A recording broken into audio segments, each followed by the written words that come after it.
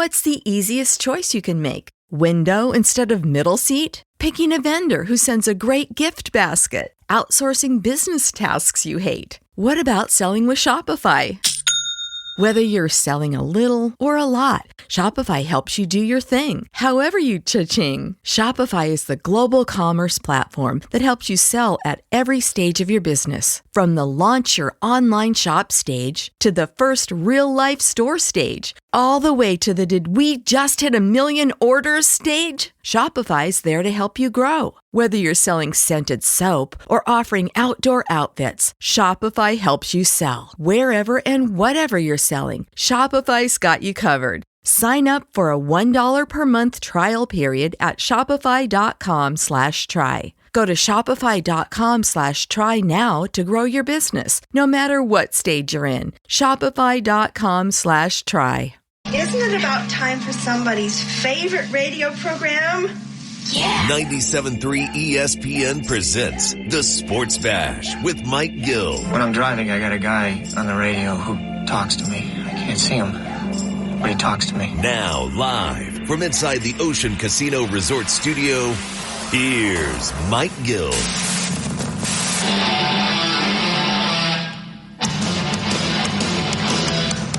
We are live on a Monday edition of the Sports Bash. 97.3 ESPN, the 97.3 ESPN free mobile app.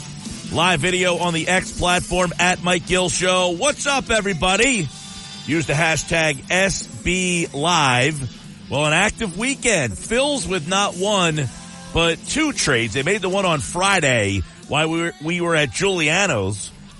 Thanks to all the people who stopped out there. Fun time, man. Good time. Beautiful weather on that Friday edition. Good to see a lot of people out there and getting ready for the next one. I'll give you the details on that coming up. But the Phillies trade for Austin Hayes on Friday. And then on Saturday, they make the trade for Carlos Esteves. And those of you who listen to Knicks Nuggets know that Nicky Earnshaw was pretty pumped up about that trade. And I'll tell you why I like the trade, but I don't know if it's the finishing touch yet. We'll get into that this hour. Mike McGarry from the Press of Atlantic City, Bob Wankel from Crossing Broad and Red October Philly tonight will join us at 5 o'clock. We'll check in on the Eagles at training camp. They're just finishing up practice about 20 minutes ago. So the Eagles, a lot of stuff there. Some storylines are starting to kind of emerge at Eagles camp with, I thought, one of the more interesting things was going to be this right guard spot. And I know right guard is not like a glamour position, but it seems like there is a little something taking place up there. So we'll dive into that. Football at 4 today. The one thing about Eagles camp that I think everybody's watching is the corners. James Bradbury spoke yesterday for the first time really about getting moved to safety, and he said it wasn't them who've moved me to safety, it was me who decided to move to safety. So we'll get into that. We'll weave the football in with the Phillies and more here on the Sports Bash. But I do want to talk about the weekend for the Phils, which they lost another series. What's that? 4 series the Phillies have now lost in a row. They are 3-6 in games since the All-Star break. They won the game 8-0 on Saturday, but other than that, the offense has been kind of putrid. In the month of June, the Phillies are averaging 4.5 runs a game. They are 15-11 in the month. In May, they were averaging almost 6 runs a game when they were 20-7. The Phillies are in that portion of the summer where they are starting to kind of, even out a little bit. They just jumped out to such a big lopsided lead that now you're looking at them and saying, well, they're about 500 over their last X amount of games. And yeah, it's frustrating. So do we think this Phillies team, as we're getting ready to turn the calendar to August now? All right, the dog days are here. You flip the calendar to August, you're into the season. All right, it's no longer early or All-Star. You're post All-Star break and down the stretch you come. Are the Phillies the team of the first half, or is there legitimate concern about this team flipping the calendar and that they cannot maintain the pace that they were on early? You know, it's like you watch a horse race and that horse comes out of the gates and it's like way out in front. And then you're like, what happened to that horse down the stretch? He didn't even finish in the top 3. He didn't win place or show. And he just kind of runs out of gas. Are the Phillies the horse that just gets out of the gates quickly and then can't hang on? I don't think so. They're 65-40. They don't exist in a vacuum. Keep that in mind. And I know we're frustrated about losing 4 straight series. And by the way, the Braves have won 2 in a row. And all that has done for the Braves is they're 8.5 games out. I mean, so they still have a lot of work to do to pass Philadelphia. If you have any concern about the National League East, there's still 2 wins in the win column up on the Dodgers, and there are 4 losses up in the loss column on the Dodgers. So not that that's insurmountable, but man, the Phillies still are in firm control of the number 1 seed in the National League. And look, I think the number 1 seed is important. I think Philadelphia has taken different routes to try to get to the World Series. They made it the one year as the last seed. Last year they were the first seed and got knocked out. First wild card seed, I should say, and got knocked out. So there's a lot of questions that can be answered, or asked at least. I don't know if they can be answered as we get ready to flip the calendar over to July. And keep in mind, this is a team that built the lead that they have without Harper for 2 weeks, without Real Muto for about a month, without Trey Turner for 6 weeks, without Kyle Schwarber. Now everybody's just trying to get back and find their way, and now Austin Hayes is a part of this lineup. The one day they batted him 9th. I think he hit like 7th yesterday. I think they flipped him and Marsh. Marsh played yesterday against a left-handed pitcher, which was kind of interesting. In the game against the Guardians. Yeah, they had Marsh hitting in, I think, the 9 hole yesterday. And so those two like flipped, Hayes and Marsh. So you wonder, I don't think you're going to see Marsh play against lefties all that much. It was interesting that they decided, he batted 8th yesterday, by the way, because Stubbs played. And Marsh was 1 for 4 in the game. Hayes was 0 for 4. He struck out twice. The whole offense yesterday was Schwarber. He hit the home run to lead the game off, and then he hit a 2-run homer later. You know, we were talking about Schwarber last week about he's kind of cooled off a bit. You know, I was watching yesterday. I was watching SportsCenter, like the 10 o'clock in the morning version. And on the bottom line, they had home run Schwarber, and in parentheses, it had 20, like his 20th home run. And I thought, that seems like a low number for Schwarber. Can Schwarber get going to where he finishes this year with around 35 home runs? Is that asking a lot? Is that a number that's like unattainable, do you think? Like if I said at the end of the year, Schwarber right now is 22. He hit 2 yesterday. Do you think by the end of the year he can get to 35? He would be going bananas, right? He'd be rocking out, man, if he gets to 35 home runs. But that's a number that for Kyle Schwarber, it would be lower than his first 2 seasons in Philadelphia. He's been over the 40 number both years he's been in Philly. So if he got to 35, he would be rip-roaring hot to end the year, but he would still fall short of the number that he hit the first 2 seasons here. So that's something we were discussing yesterday. A little cooling off from Trey Turner. He was 0 for yesterday. Bryce Harper did not have a hit yesterday. Alec Boehm walked a couple times, but he did not have a hit yesterday. In fact, they only had 5 hits in total yesterday. One of them came from Sosa, who's not, generally not an everyday player. We can get into that a little bit later. Another one came from Garrett Stubbs. So it tells you yesterday the offense just kind of didn't have it. But why? Why didn't they have it? So we'll get into that. Kobe Allard, for those of you who were watching that game yesterday and wanted to know who the hell was pitching, I echo that with you. Kobe Allard was the guy who was pitching yesterday. Now, Kobe Allard they got in the offseason. They signed him in from the Atlanta organization. I was pretty surprised, to be honest with you, that he got the call in the game yesterday. Well, he got called up because another story over the weekend was Ranger Suarez getting placed on the injured list.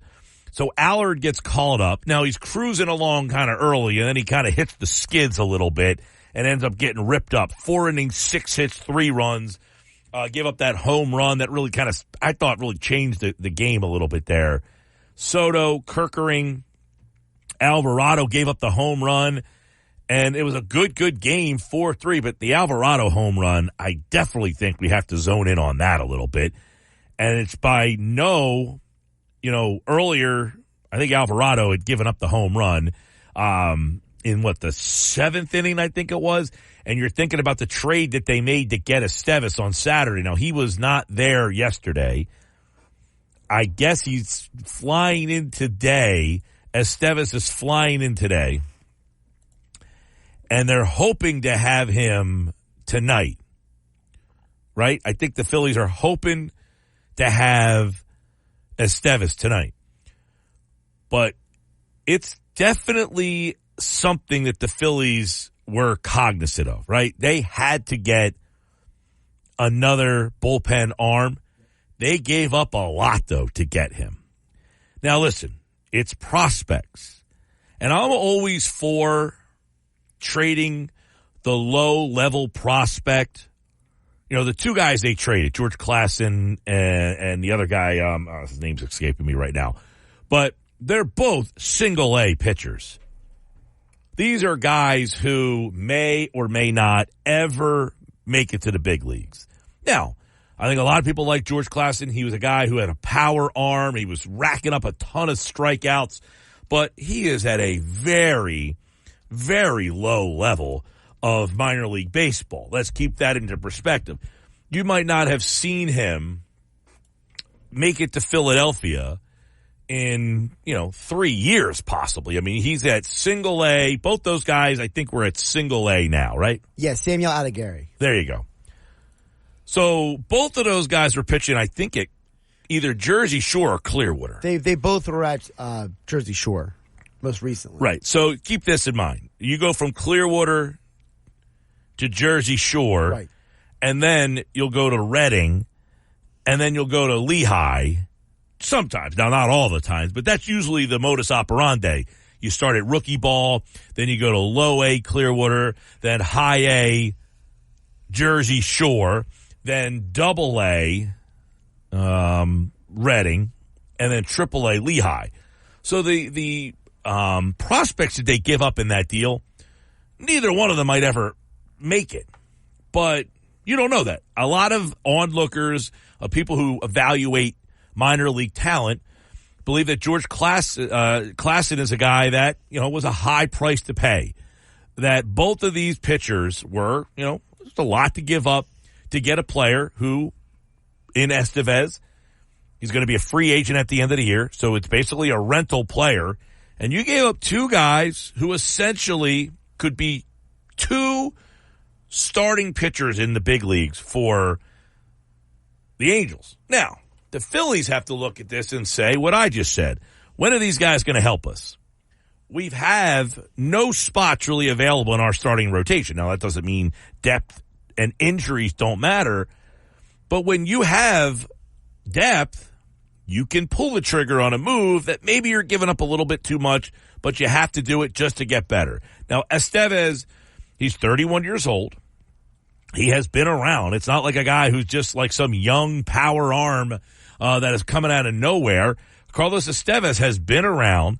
And as I talked about with Nick on Nick's Nuggets a bunch, he has been a closer for 2 seasons. He has very, very infrequently, been on a team that's been any good. I mean, I don't remember any of the Rockies teams he was on, and he wasn't the closer for many of those Rockies teams. And these Angels teams the last 2 years, they haven't been any good. He's got 76 career saves. His numbers have been very good this season. His whip is 0.74, which I don't know that I've ever seen a better, bullpen whip. I mean, that's unbelievable. His ERA 2.38. Not a big strikeout guy, 34 strikeouts, 32. So under a strikeout per inning, which is okay. It's not bad. But for a closer, you really want that, probably number to be a little higher, the strikeouts per 9. But does he automatically turn into your 9th inning guy? I mean, is he a lockdown, shutdown closer so much so that he becomes your definitive 9th inning guy? And I compare it to two things. One, the Phillies went out and traded for David Robertson a couple of years ago. and it really didn't work out well for them. I mean, David Robertson came to Philadelphia. They gave up a pitcher by the name of Ben Brown. Well, Brown has turned into a pretty good pitcher Yes, he for has. the Cubs, and Robertson is now on like his fifth team since he's left Philadelphia, right? So that did not work out for you. That trade, which you needed a closer, you needed someone at the back end of your bullpen, and the Phillies went out and said, you know what, we're going to add a closer. And by the way, David Robertson was a piece on that team that went to the World Series. You know, he had been pitching in Chicago that year. Here were his numbers when the Phillies acquired him. Are you ready? He had a 2.23 ERA. He had a 1.04 whip. In 40 innings, he had 51 strikeouts. When the Phillies got David Robertson from the Cubs in 2022, you can make a case that he was having a better season for the Cubs than Estevez is having right now for the Angels, right? Mm-hmm. Absolutely. So just be cognizant of that when you're thinking about, because Robertson was pitching for a bad Cubs team. And I would say that the difference is Robertson did play for the Yankees for a while and was in a much higher pressure situations in his past compared to Estevez. Well, even more reason then to say I would be concerned, because Robertson had got the last 3 outs in some big games. Estevez, not so much. Right.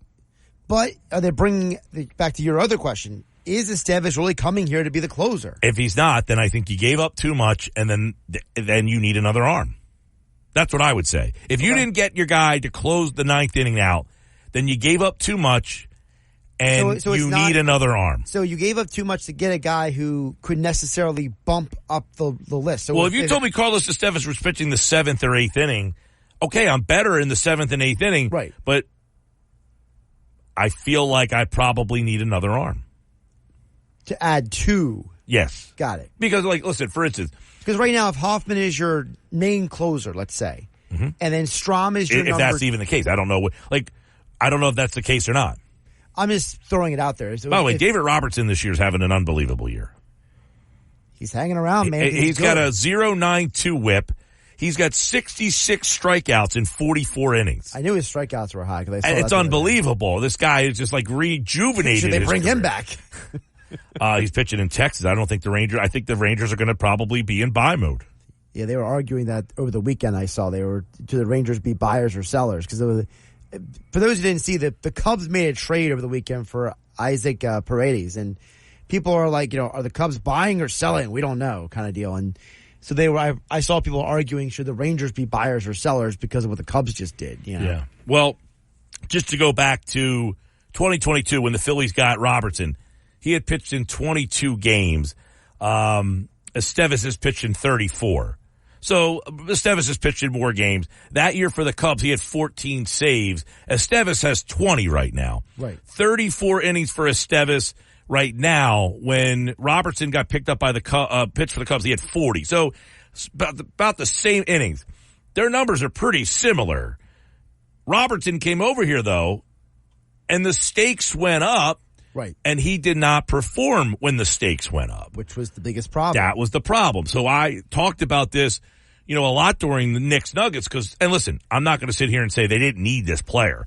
They needed to go get another bullpen arm. Sure. I'm just saying, I thought they gave up a lot, and you would feel more comfortable, in my opinion, getting a player who has got the last 3 outs of some big moments. Carlos Estevez has not done that. I hope he can do it. And then I think the other question is, if you're not viewing him as your closer and he's your 8th inning guy or your 7th inning guy, did you give up too much for a guy who's not closing games out? There's a lot here, and I think there's, the Phillies needed this piece. I think you can make a strong argument that they still need one more piece. Dave Dombrowski said the other day that Austin Hayes was going to play left primarily. Rojas and Marsh were going to kind of platoon in center field. But you can make a strong argument that they still need one more piece here. And I don't know what that is. Is it another bullpen arm? Is it another, do they just have to scrap the Rojas thing and just go get a top-level center fielder, and then Marsh and Hayes play left field, and then Rojas is kind of your late-inning defensive replacement kind of guy that you have on the bench? I don't know. To the Hayes point, my question for you, Mike, is because you asked Scott Lauber and Mike McGarry this question on Friday, and I want to ask you now, repurpose that question to you a few days later, which is what is the better option for the Phillies? Is it Hayes in left and Marsh in center, or is it Marsh and Hayes platooning and Rojas in center? Now that you've had some time to think about it more. Don't think we have an answer there. You think it's still a jury out? I haven't seen enough of Hayes and what he can do against right-handed hitters. I know he's done very well against left-handed hitters, but what's he going to give you against right-handed hitters? I mean, in a perfect world to me, and I like Rojas, I value Rojas' defense and his speed and what he adds to the lineup because of his speed. But I think a perfect world is that Hayes and Marsh play left field and you upgrade center field. Okay. You know, I think Bob Wankel laid it out on Friday's show. We talked about it a bunch. Johan Rojas still has not developed enough offensively. And if you can get an upgrade of an offensive player in center field, that doesn't mean he can't have a role on this team. I think with Pache gone now, you can keep Rojas around as that defensive player, and like they did the other day. They put him in center field. They moved Marsh over to right field. By the way, another name just got picked off the market. The Cardinals are bringing back Tommy Pham from the White Sox. Saw that. So there's a guy who you could have considered at a certain point maybe bringing in, but he's off the market. Yeah, I know Pham's a guy who's had a little bit of a prickly personality, according to some people. You know, I was listening to David Sampson today, too, about the Jazz Chisholm. He got traded to the Yankees. Yes. And Sampson was adamant that nobody wanted Chisholm because of his, locker room antics. We've heard that from a lot of different people. Reports that, Jazz Chisholm, even Bob Wankel, when I was filling in for you, Mike, a couple weeks ago, he brought up, he's like, Bob said, I don't know if Jazz Chisholm, because of his history, would be a good guy for this locker room. Yep. If that's what you care about. Well, and basically every team, according to Sampson anyway, that people just were not interested in bringing him into the lineups. And by the way, Sampson, locker room. For those who know, Sampson worked in the Marlins organization for a couple decades. He knows who Jazz Chisholm is very well. Big time. By the way, Tyler Phillips. What are we thinking about this guy? What are we starting to think here? Yeah, can we talk about Tyler Phillips, baby? I mean, positive vibes here. He's won 3 straight starts. We've seen guys pitch well early and then people get on to them. But 3 straight starts now. He's gotten better each start. Shutout. I mean, you don't see a guy go complete game shutout. And he was efficient, too. It wasn't like he was like 120 pitches by like the 9th inning. Like he was doing a pretty good job there cruising along. Yeah, and with Ranger Suarez now on the injured list, I guess Phillips is going to be around for, you would imagine, through mid-August now. I mean, because Walker, I don't think will be back at any time in the next week or so. Turnbull's not back in the next week or so.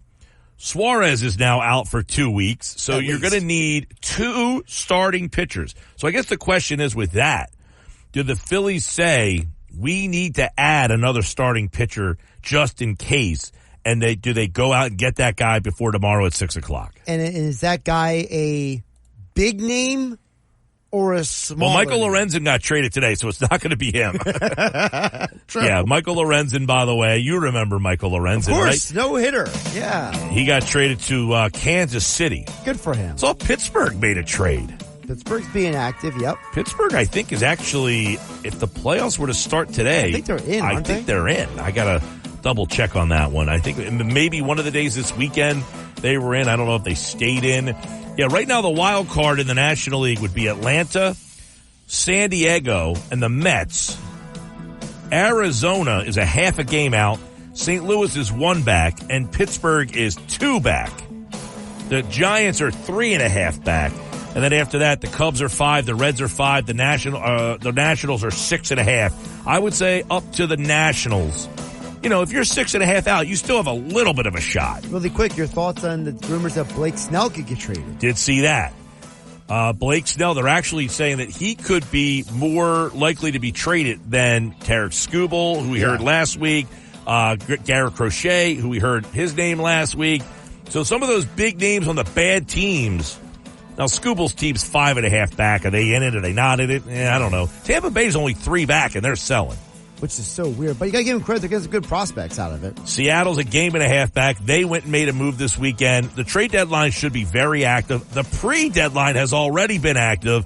But what's the next move the Phillies need to make? By the way, my favorite move of the weekend so far, Jesse Winker going to the Mets. You know why?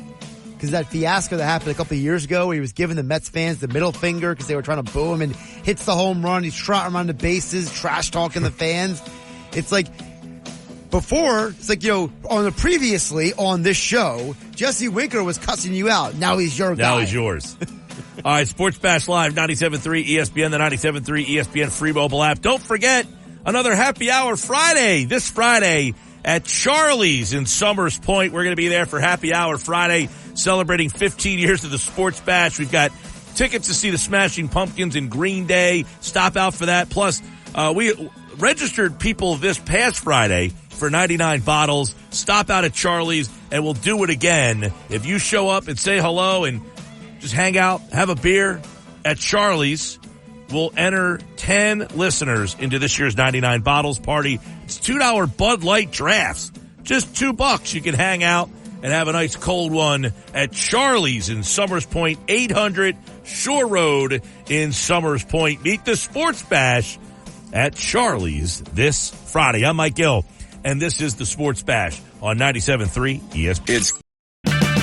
Save on O'Reilly Brake Parts Cleaner. Get 2 cans of O'Reilly Brake Parts Cleaner for just $8. Valid in-store only at O'Reilly Auto Parts. O'Reilly Auto Parts. With Mike Gill. Do I have everybody's attention now? On 97.3 ESPN and the 97.3 ESPN free mobile app. 2:31 Sports Bash, 97.3 ESPN. I'm Mike Gill. A busy week for the Phillies. Friday, they get Austin Hayes. He's out in left field. And Saturday, they get Carlos Estevez. Where will he fit in? Mike McGarry from the Press of Atlantic City will get his thoughts on that. And have they done enough, or do they still need more, Mike? They've lost 4 series in a row, 3-6 since the All-Star break. They have added a couple pieces, but do they need to do more by tomorrow at 6 o'clock in your estimation, or is this a finished product? Another arm in the bullpen wouldn't help, and maybe you want to upgrade a spot on the bench. But overall, I agree with what Bryce Harper said in my story from yesterday's game on pressofac.com, that right now this team is good enough to win, and simply superstars got to show up. I mean, Harper, Schwarber, Castellanos, Nola, Wheeler, Turner, the guys who are making a lot of money have got to start playing better. They're going to be the reason the Phillies win the World Series or get to the World Series, and they've got to start producing. So could this team need some improvements in a few spots? Yeah, I like what they've done so far, and then it's up to the guys you're giving $300 million over the lifetime of a contract to perform. Yeah, obviously the big guns got to do their job. They get Hayes. He's going to play left field. Looks like they're going to do Marsh and Rojas in center field. But I guess I'll ask you the question. Do you think Marsh and Hayes should be the platoon and Rojas plays center, or is it Rojas and Marsh that should be the platoon and Hayes plays left? Well, looking at it now and talking to them and looking at Austin Hayes and his past history, I like what the Phillies are doing here. They're giving Austin Hayes an opportunity to play every day in left field. He was basically a platoon player for the Orioles, but you're talking about a guy who in the past was able to hit right-handed and left-handed pitching, a guy who was an American League All-Star last year starting in center field. So I like them giving him an opportunity, to play every day. And the simple truth of the matter is Johan Rojas's at-bats have not been competitive enough, and Brandon Marsh has struggled also against left-handed pitching. So if the Phillies don't give Austin Hayes a chance to play out there against left-handed pitching, they basically have 2, black holes in their lineup. So I like the platoon in center field. I like giving Austin Hayes a chance to play in left field. If he can hit like he hit last year, he's going to make the Phillies a better team. All right. Obviously, Hayes, he's played left yesterday. And Marsh played center. He actually hit against a lefty yesterday, so that was interesting. He got a base hit. He got a base hit against a lefty, right. So that's that. They make the trade on Saturday for Carlos Estevez. Is he the guy that's going to close 9th innings, or is he just another arm that mixes and matches with the others? Well, Rob Thompson said yesterday that he doesn't want to be pigeonholed or pushed into a corner and name Estevez the official closer. But, hey, Estevez is going to take down ninth innings for the foreseeable future. He's going to get an opportunity to come in here and close. I thought he was the best guy out there. He had retired, 53 of the last 58 hitters he's faced. He's, pitched very well last season, pitched very well this season. The reports out of the Angels clubhouse from guys who covered the team as well as teammates is that he's a great guy, has a mentality to come in here and close. Hey, it's going to be different for him, right? I mean, getting 3 outs out there in Disneyland for a team that, was out of contention on opening day is different than coming in here and getting 3 outs. It'll be interesting to see, what happens. He gets a chance to close the game against the Yankees over the next 3 days. But by all reports, he was the best guy out there, and he's going to be the guy in the ninth inning for the foreseeable future. Yeah, that's the one thing, and I like your comparison there. As I brought up the thing, the Phillies went out and got David Robertson at the deadline a couple of years ago. He had been dominant with the Cubs. He came here and just couldn't get the job done. They brought Soto in from the Tigers. There's a difference in getting 3 outs in an empty ballpark than it is in October. So if he's not the closer, did they do enough in that bullpen? I always like getting another arm out there. I like Hoffman. I like Strahm. Alvarado had shown signs that he was on a better path, and he gives up the home run yesterday. Kwan really hit a tough pitch, an inside pitch. After the game, Alvarado said, I don't even know how he made contact with that pitch. Nevertheless, pulled it into the right field stand. So I still have some faith in Alvarado.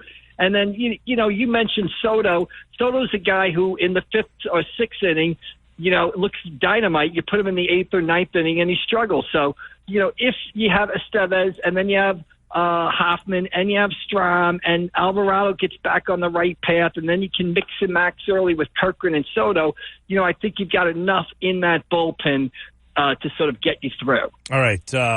You had Tyler Phillips throw a complete game shutout on Saturday, but you had to use Kobe Allard yesterday. So it looks like 2 pretty unproven guys, at least over the next 2 weeks here. Should the Phillies still be exploring the starting pitching market? Yeah, I don't know. It depends on what they have or what they have to give up. By all accounts, they don't think the injury to Ranger Suarez is serious. I think this is actually a blessing in disguise for Ranger Suarez. I think a lot of his issues were due to the fact that he just has simply not thrown this many innings in his career. I think he has 155 or 156 career high for innings. He was at 114 at the All-Star break. So I think this rest will do him a world of good, and I'm interested to see what he looks like when he comes back. Sanchez, I thought, pitched well the other night in the loss against Cleveland. He was really let down by his defense. They picked 2 guys off first base and couldn't execute rundowns, and both guys ended up scoring. Wheeler and Nola have been Wheeler and Nola. So I like the starting pitching, and that's why, Mike, I think, the Phillies are scuffling here. They're 20-20 since they came back from London. But if you look around the National League when you get to the postseason, I still like the Phillies an awful lot because of their starting pitching. So I think they've got enough starting pitching to get through. And I think this break that Ranger Suarez is getting here with the back injury gives him an opportunity to rest his arm. I think it's a blessing in disguise. And don't forget, Taijuan Walker's coming back at some point. And Phillips has pitched well. Colby Allred pitched okay yesterday. Really one bad pitch. I thought he deserved better. Trey Turner could have made that play at shortstop, maybe gotten him an out. Then it's a 3-2 game when he gives up the home run. So I think they've got enough starting pitching. Haven't we talked a lot about plays that Trey Turner should be making? Hey, it's the biggest. There are 2 disappointments to me on the Philadelphia Phillies, big-time disappointments. One is Bryson Stott and how he has sort of taken a step backwards, sort of regressed as a hitter this season. That's a big disappointment. And 2, it's Trey Turner's defense. Look, it's horrendous. Every time a ball is hit to shortstop, you're kind of holding your breath. And when he fields it, you're holding your breath again because his throws to first base are less than accurate sometimes. So, and Mike, he's going to cost the Phillies a game. I mean, he's going to cost them a playoff game if he doesn't pick it up defensively. So, yeah, it's an issue. Bryson Stott's lack of hitting and sort of regression at second base at the plate has been an issue, and Trey Turner's defense is a problem. I'll tell you what, one of the conversations we were having yesterday was how likely is it that Trey Turner finishes his Phillies career as the shortstop? Well, he's not finishing his Phillies career as a shortstop. I mean, I'll tell you that right now. It'll be interesting to see where he switches. I mean, he has played second base before, so, he can shift over there. It's also interesting to see, maybe he shifts to the center field or something. Robin Yount did it in his career, went from shortstop out to center field. Trey Turner has that type of athletic ability, but boy, they're not going to make a change now during the season. They're going to live with Trey Turner at shortstop. And whatever happens there happens. But going forward, starting next season, boy, he's not going to finish his career playing shortstop for the Philadelphia Phillies. Last thing for Mike McGarry on the Phillies front. A lot of people talking about the Phillies gave up a lot to get a rental player. What say you? I say those people are absolutely crazy. Look, these prospects, most of these prospects do not pan out. I can go back to my days growing up, New York Mets, Generation K, Isringhausen, Pulsifer, and Paul Wilson was supposed to dominate the Mets starting rotation for the next 10 years. None of them made it. David West, former Phillies guy, played with the Mets. He was supposed to be the next Tom Seaver, didn't make it. Here, Griff McGarry and Mick Abel, they were untouchables. They were going to be the foundation of the rotation the next couple of years. Both guys have stalled and gone backwards. Give me a major league player for a rotation guy any day of the week and twice on Sunday. The Klassen guy, he had a breakout season this year, but he's 22 years old. He's in single A ball. He's at least 2 years from getting to the majors. He's a two-pitch guy. That means to me he's a bullpen guy maybe. If you got a chance to go out and win, this franchise has only won 2 World Series in its entire history, and it's been around since the 1800s. They got a chance to win the World Series this year. You trade whoever you need to do to make your major league roster the best it can be so you have a chance to win the World Series. Prospects, to me, Mike, that's the internet. That's one of the bad things the internet has done. When we grew up in the 70s, not going to say get off my lawn, but we had no idea who was playing for our AAA teams, all right? And now people are saying, oh, my God, we can't give up this guy. We can't give up this guy. He's in single A. You give up a single A guy for a quality major leaguer every day of the week and twice on Sunday. Yep, well, keep in mind, too, the Phillies have Wheeler, Nola, and Sanchez all signed. They have Painter, who they hope is ready to go by next year. That's really 4 spots in your rotation locked up. So when you have the depth in your organization, you can part with guys like that and not think about it as much. I would say Estevez, if he walks after the season here and those 2 guys flourish, well, we'll probably be having conversations about that down the road. But I think you're right in this instance. You got to try to go get it now. And that's why you wonder, does Dave Dombrowski have another move by 6 o'clock tomorrow? We'll see. I mean, Dave Dombrowski's MO is he is aggressive. And again, you can never have too many guys in the bullpen. So another bullpen arm and maybe another guy to upgrade that bench spot would be welcome too. So yeah, it would be interesting to see what Dombrowski does. But again, as presently constituted, I agree with Bryce Harper and one of the great quotes of the season. This team is good enough to win. Superstars got to show up. All right, Mike, let's shift over real quick to the number 3 team in the wild card race. Are the Mets here to stay? Well, I think they're going to hang in the race, right? I mean, they probably are not as good as they played the past 3 weeks. They're probably not as bad as they were in April and May. I think there's 4 teams in there, right? There's the Braves, the Padres, Arizona, who's absolutely flying, although they lost yesterday, and the Mets. I think those are your 4 teams for the 3 wild card spots, and I would expect the Mets to sort of hang in there and stay in contention for one of those spots. I think 3 of those teams make it. I think 1 doesn't. All right, there we go. We got the Mets hanging in there, although Senga, he comes back, gets hurt again, so we'll see how that affects them. They've lost 2 in a row. The Braves have won 2 in a row. They played this weekend. You got the Giants winning 4 straight. The deadline tomorrow. Arizona's been the best team in baseball over about the last 30 games. They're back in this thing. Should be a wild run. By the way, Pittsburgh, they're now buyers all of a sudden. If the Pirates are buying, we got a weird world out there, people. And that's what's happening between now and tomorrow with the Major League Baseball trade deadline. Mike McGarry from the Press of Atlantic City, pressofac.com here on the Sports Bash. Thanks, Mike. All right, Mike, we'll see you down the road. Thank you. All right, Mike's back Wednesday. And after Wednesday, the Phillies trades and everything will have been made. Remember, the trade deadline is 6 o'clock on Tuesday night. I'm Mike Gill. This is the Sports Bash Live on 97.3 ESPN, the 97.3 ESPN free mobile app, and streaming live video on the X platform at Mike Gill Show. Use the hashtag SB Live. And don't forget, this Friday, it is Happy Hour Friday, and it's at Charlie's in Summers Point. We're going to be at Charlie's in Summers Point, and we invite everybody to stop on out. We had a nice turnout at Giuliano's. Saw some old buddies, man. I haven't seen some people in a while, some people that came out that have been listening to the show for a while.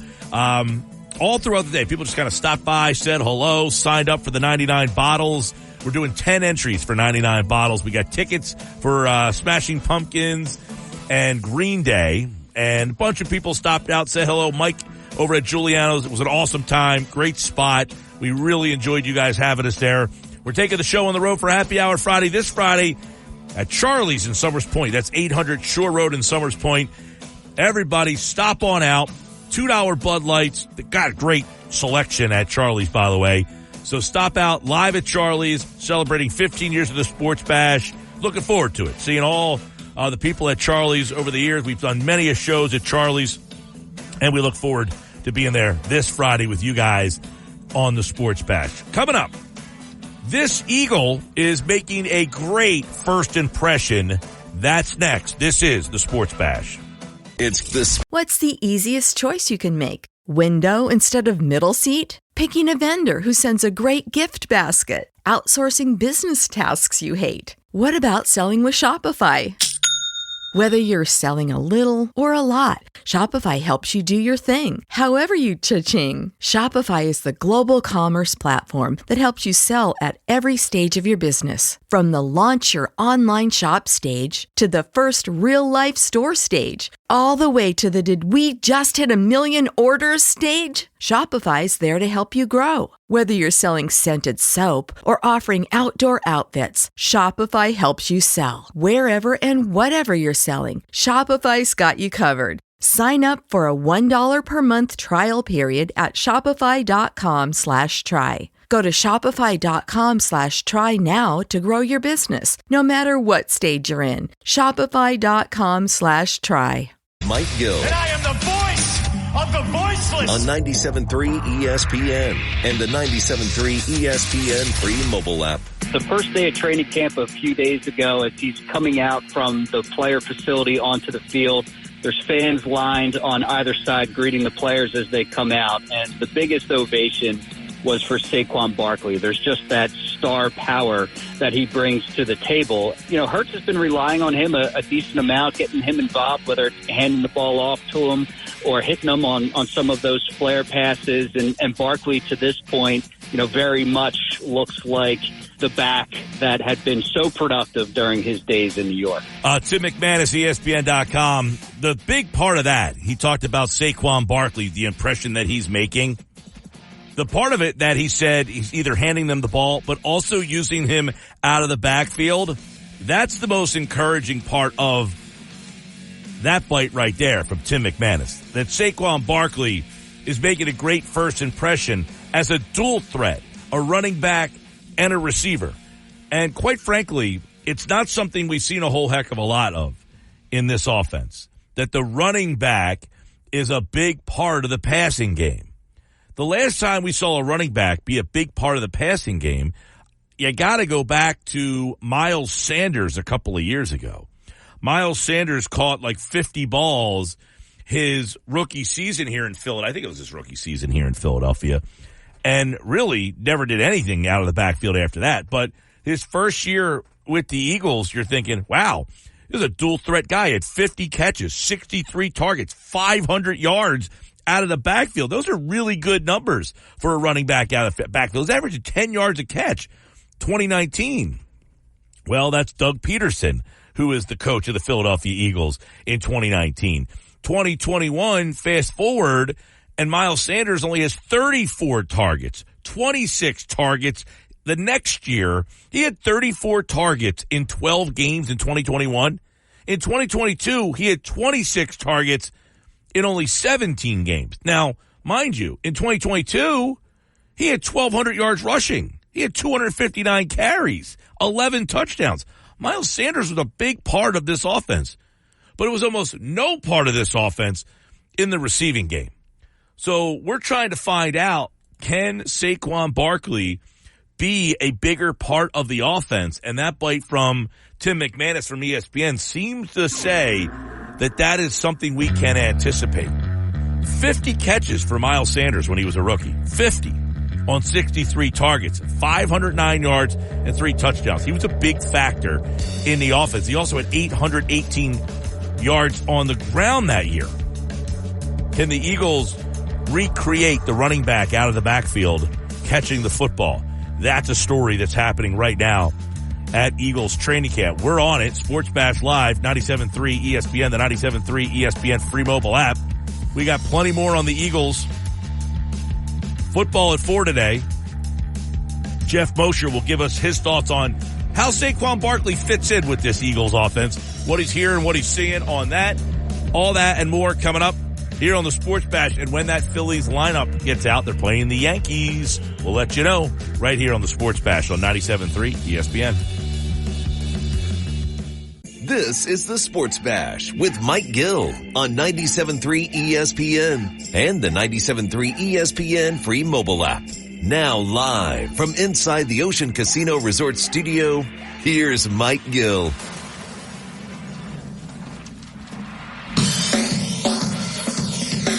Hour 2 of the Sports Bash. It's brought to you by Broadlee's Plumbing, Heating, and Air Conditioning. Broadlee's your trusted source for heating and plumbing service and installation for generations. Call them at 609-390-3907, online at broadlees.net.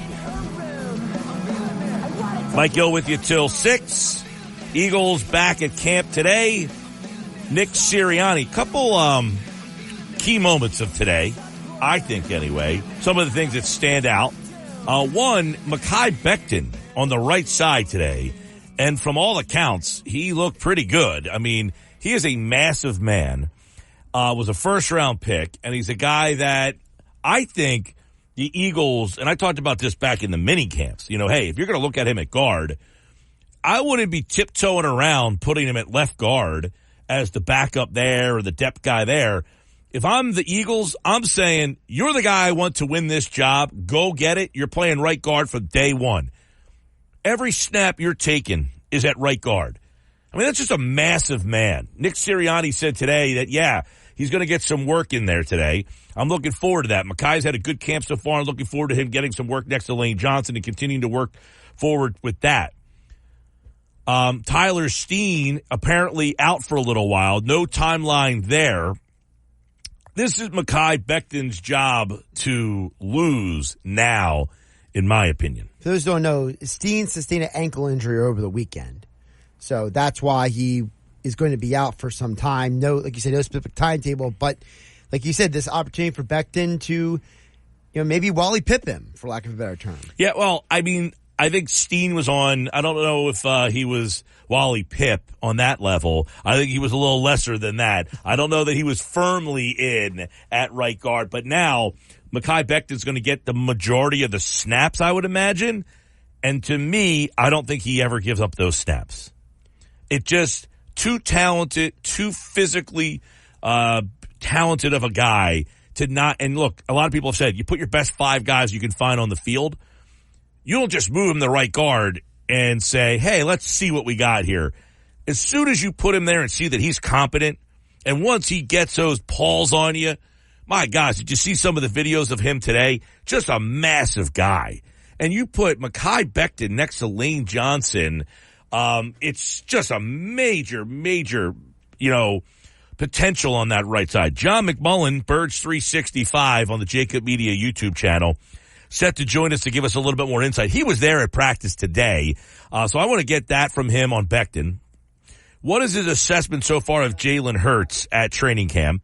All that and more with John McMullen, Sports Illustrated, Birds 365 on the Jacob Media YouTube channel. He joins us now on the Sports Bash Live with a look at Eagles camp day 4 and everything that's going. Some interesting storylines are starting to emerge, John, but I think one of the interesting ones, and you tweeted this out on the X platform, which was Mekhi Becton, and I just said before you came on, once he gets his feet set in that right guard spot, I'm not sure he's ever given it up. So to you, is Mekhi Becton now the favorite at that spot? Well, I'm not going to go that far because I have to see how it works out with Tyler Steen and how long he's going to be out. And all indications are it's only going to be a couple of days. He managed to make it on the field today after individual, so he was out there watching a little bit, and that's a good sign that it's not going to be terribly serious. The offensive line wasn't good today. So, I mean, this is the first day the defense got the better of the offense, and a large part of that was because of the pass rush, which was pretty relentless on Jalen Hurts all day. Now, not only didn't you have Tyler Steen, you didn't have Lane Johnson, so that entire right side was missing, and it was Mekhi Becton and Fred Johnson. And they weren't the only issues because it was pretty relentless from the get-go, just a good day for the defensive front. But, yeah, I'm not going to say he's just going to be the unquestioned leader in the clubhouse, but, it is a positive sign that they're thinking about him there because, one of the big things about Saturday when Tyler had to leave early, they didn't put Becton there. They put Darian Kennard there, and I thought that was interesting. But I wrote, you got to wait and see. Maybe they didn't want to move, because they have these practice plans each and every day, and their practice plan on Saturday was Becton was going to be the backup right tackle. He had been the starting left guard because Landon Dickerson was injured, but Landon was back. So they have these plans, and Jeff Stoutland may have not wanted to go away from that plan. Turns out that was the case, and today he was the first-team right guard. But it wasn't great. I wouldn't spike the football yet. Well, yeah, and I know, just seeing some of the video, just the size of him. He's just such a big guy to play right guard, and you're like, man, him and Lane Johnson next to each other, if they could figure out a way to get him to learn that technique, that duo over there could be dangerous. Well, yeah, and there's a big difference when Lane's out there. So Lane had a toe injury, sat out. It's not serious. He's day-to-day. But when he's not out there, it makes it much more difficult. So, Mekhi Becton next to Lane Johnson is going to look more impressive than Mekhi Becton next to Fred Johnson. And that's what happened today. So, you have to wait and see till everybody's together. That's part of the problem of training camp. You have guys in and out. The Eagles' offense didn't look great today, but Saquon Barkley was out for personal reasons. And it seemed to be a day that they were heavily getting the football to the running backs, and he wasn't involved in that. So, you have to take that with a grain of salt as well. Yeah, I was going to ask you about the running backs and Saquon Barkley and how he's kind of fitting in, and then what everything looks like behind Barkley, because I think that's an unsettled spot for Philadelphia. If Barkley, who's had some injury issues, we don't want to wish injury, obviously, to him, but how he's kind of fit in, what his role might look like, different from, say, Swift and Sanders before him, and who is that other guy? Well, Kenny Gainwell's the backup, and that's going to be the case. And, he's very trusted by Nick Sirianni specifically, and I'm sure he's made that clear to Kellen Moore. Will Shipley got some expanded time today because Saquon wasn't there, as I said, and he looked good. So that was a positive, especially looked good as a pass receiver out of the backfield. And then today was the Ty Davis-Price show. He touched it at least 10 times. I lost count. Second, third-team reps. He's the 2022 third-round pick of the 49ers. They signed off their practice squad. And he got a ton of work today trying to lock down that fourth running back job. I would say he's certainly the favorite for that. If they keep four. They might not even keep four. But the three guys are, and it's pretty, declarative. It's, Barkley 1, Gainwell 2, Shipley 3. All right, John, you take a look at, I know the storylines on the offensive side of the ball. We'll stay over there. That third wide receiver spot. I think the last time we kind of talked, it seemed like Paris Campbell was kind of pulling away. Has he kind of sealed the deal there yet? No, I think John Ross, it seems to be in the Eagles coaches' minds, a battle between Paris Campbell and John Ross. And, for those who don't remember, John Ross was a 2017, I believe, top 10 pick, ran a 4.22, which held up as the combine record for years until this year, when Xavier Worthy beat it. So he's very fast. You can see he's very skilled as well. And, he was pretty honest about some of the things that went wrong for him, not only injury-wise in Cincinnati, but also off the field, being in a dark place. So, hopefully he's come out of that, and you can see the talent. But it's hard to count on these guys. And the best receiver they've had outside of A.J. Brown, Devontae Smith is Britton Covey, and it doesn't seem they want to give him a chance because he doesn't have really outside versatility. So he's strictly going to be a slot player. Kellen Moore talked about this the other day. Because A.J. and because Devontae are going to move around a lot, like you've seen Devontae Smith in the slot a lot more with Kellen Moore than you have in the past. That means if you're, say, Paris Campbell or John Ross, and you're the slot receiver in 11 personnel, by definition, that means you're going to have to move around when Devontae and A.J. move around. And you're going to have to play those other positions.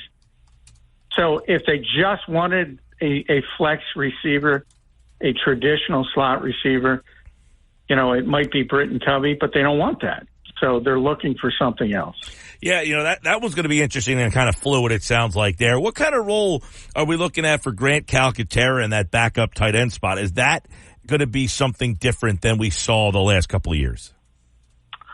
That might be because, Kellen has a pretty significant history of getting that second tight end involved in the passing game when they play 12 personnel. So, and they started with 12. They started with 12 personnel today. They've done it at least one other day over 11.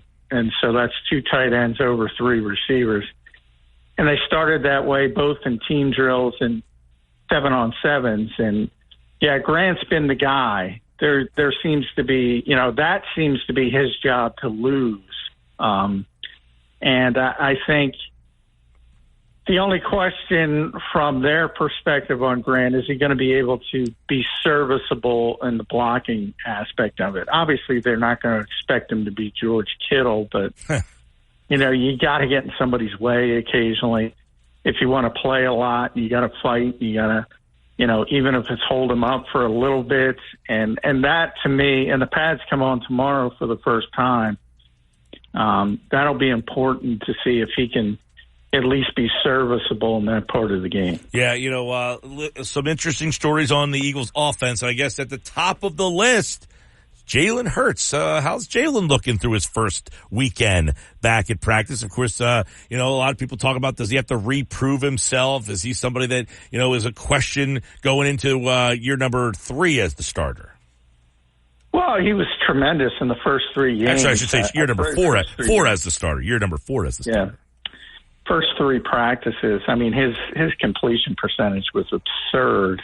And that's, there's good and bad to that. Obviously, if he's completing a lot of passes, he's completing a lot of passes against the Eagles defense. So you can look at it and depending if you want to be positive or negative, but 85% of his passes, a lot of times the one practice, the only time the ball hit the ground was drops.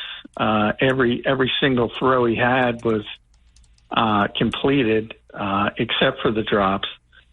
So that's been good because you haven't seen Jalen have that even at any point in his career where he'd be. I called it a Sam Bradford practice where, the accuracy and the old joke is the ball doesn't hit the ground, and it shouldn't a lot in 7-on-7s. Team drills is a little bit different. You haven't seen him have those kind of practices, and he's had them early in this camp. Now, he took a little bit of a step back today for the first time, but that was because of the offensive line issues and the pressure, which was on him almost immediately on a number of occasions. So that's going to make it difficult for any quarterback, and the Eagles seem to be almost adjusting to it in practice. They probably weren't, but it just happened to be throwing to the running backs again and again and again because there was no time to get the football down the field for the most part. I was going to say, throw it to the running backs again and again and again. Is that a something we might see more of, or is that just out of necessity? Yeah, I don't think so. I don't think it's out of necessity. I said that a little bit of tongue in cheek. Typically, you go into practices wanting to work on certain things, and this just happened to be a day. I think they were going to go heavy running back and try to work that into the offense. And it's a shame Saquon missed it from that perspective because, like I said, it wasn't only, they had back-to-back wheel routes to Kenny Gainwell, Will Shipley down the field where they gouged. Those were probably the two biggest plays of the offense. There was a long Jalen Hurts touchdown to Devontae Smith, but should have been blown dead. Milton Williams blew up the play, and for whatever reason, they didn't give him the sack. They should have given him the sack, and the play would have been over. So you take that kind of stuff. But the wheel routes were really effective. Julian Okwara was the flat defender on both of them, and Chauncey Gardner-Johnson was late coming over with help, and they got big gainers. And that's Gainwell and Shipley, not Barkley, because he wasn't there. And then even the second and third team, which, remember, you're not dealing with the same type of framework when it comes to, all right, Lane's not there. Well, he's never there on the second team. He's never there on the third team. They're playing different guys, and the defense is playing different guys. And they were trying to consistently get the ball to Ty Davis-Price. So to me, that's a clear indication that this was just a day that they were trying to work in a running back passing game to the offense. All right, John, let's flip over to defense. Over the weekend, James Bradberry, I guess, said, hey, I'm the one who said I want to play safety. How's that going right now? What are the realistic options for his future this season? Yeah, it's interesting. I think he made a great play today, pass breakup, and he showed typical James Bradberry, just read the play, tremendous savvy. And it was pass breakup Kenny Pickett throw to Joseph Nana. But, I said the more James is around, the more Vic's going to like him because he knows how to play. He's in the right spots. He's very smart. And I think, how he's playing with a little fire because if you give him the option, you might wake up one day and find out on September 6th he's going to play him. And the Eagles probably don't want that, and they're trying to kick the can down the road. There's already been some significant cornerback injuries around the NFL. I know Miami lost, I believe. No, the Rams lost a rookie corner to a torn ACL. The Vikings lost a potential starter to an ACL already. So, you start to look around the league and say, hey, maybe Howie did the right thing, but yeah, I don't know. I don't know why they've gone the way they've gone with that. But I will say that, and again, the second part that I don't understand, look, every rep that James Bradberry takes away from a younger player you're trying to develop at the safety position. That would be namely Tristan McCullum and Mekhi Gardner because Sidney Brown's not healthy yet. But I say that because today, all of a sudden, the second team safeties were not only James Bradberry, and it had been James Bradberry and Tristan McCullum. Today it was James Bradberry and Avonte Maddox as the backup safeties, and that kicked McCullum down to the third team with Mekhi Gardner. And again, you're not getting as many reps, and third team reps are pretty insignificant versus certainly versus first team, but even second team reps. So you're costing reps to younger players. Now, if he's in your plans, fine, but I don't think anybody believes that.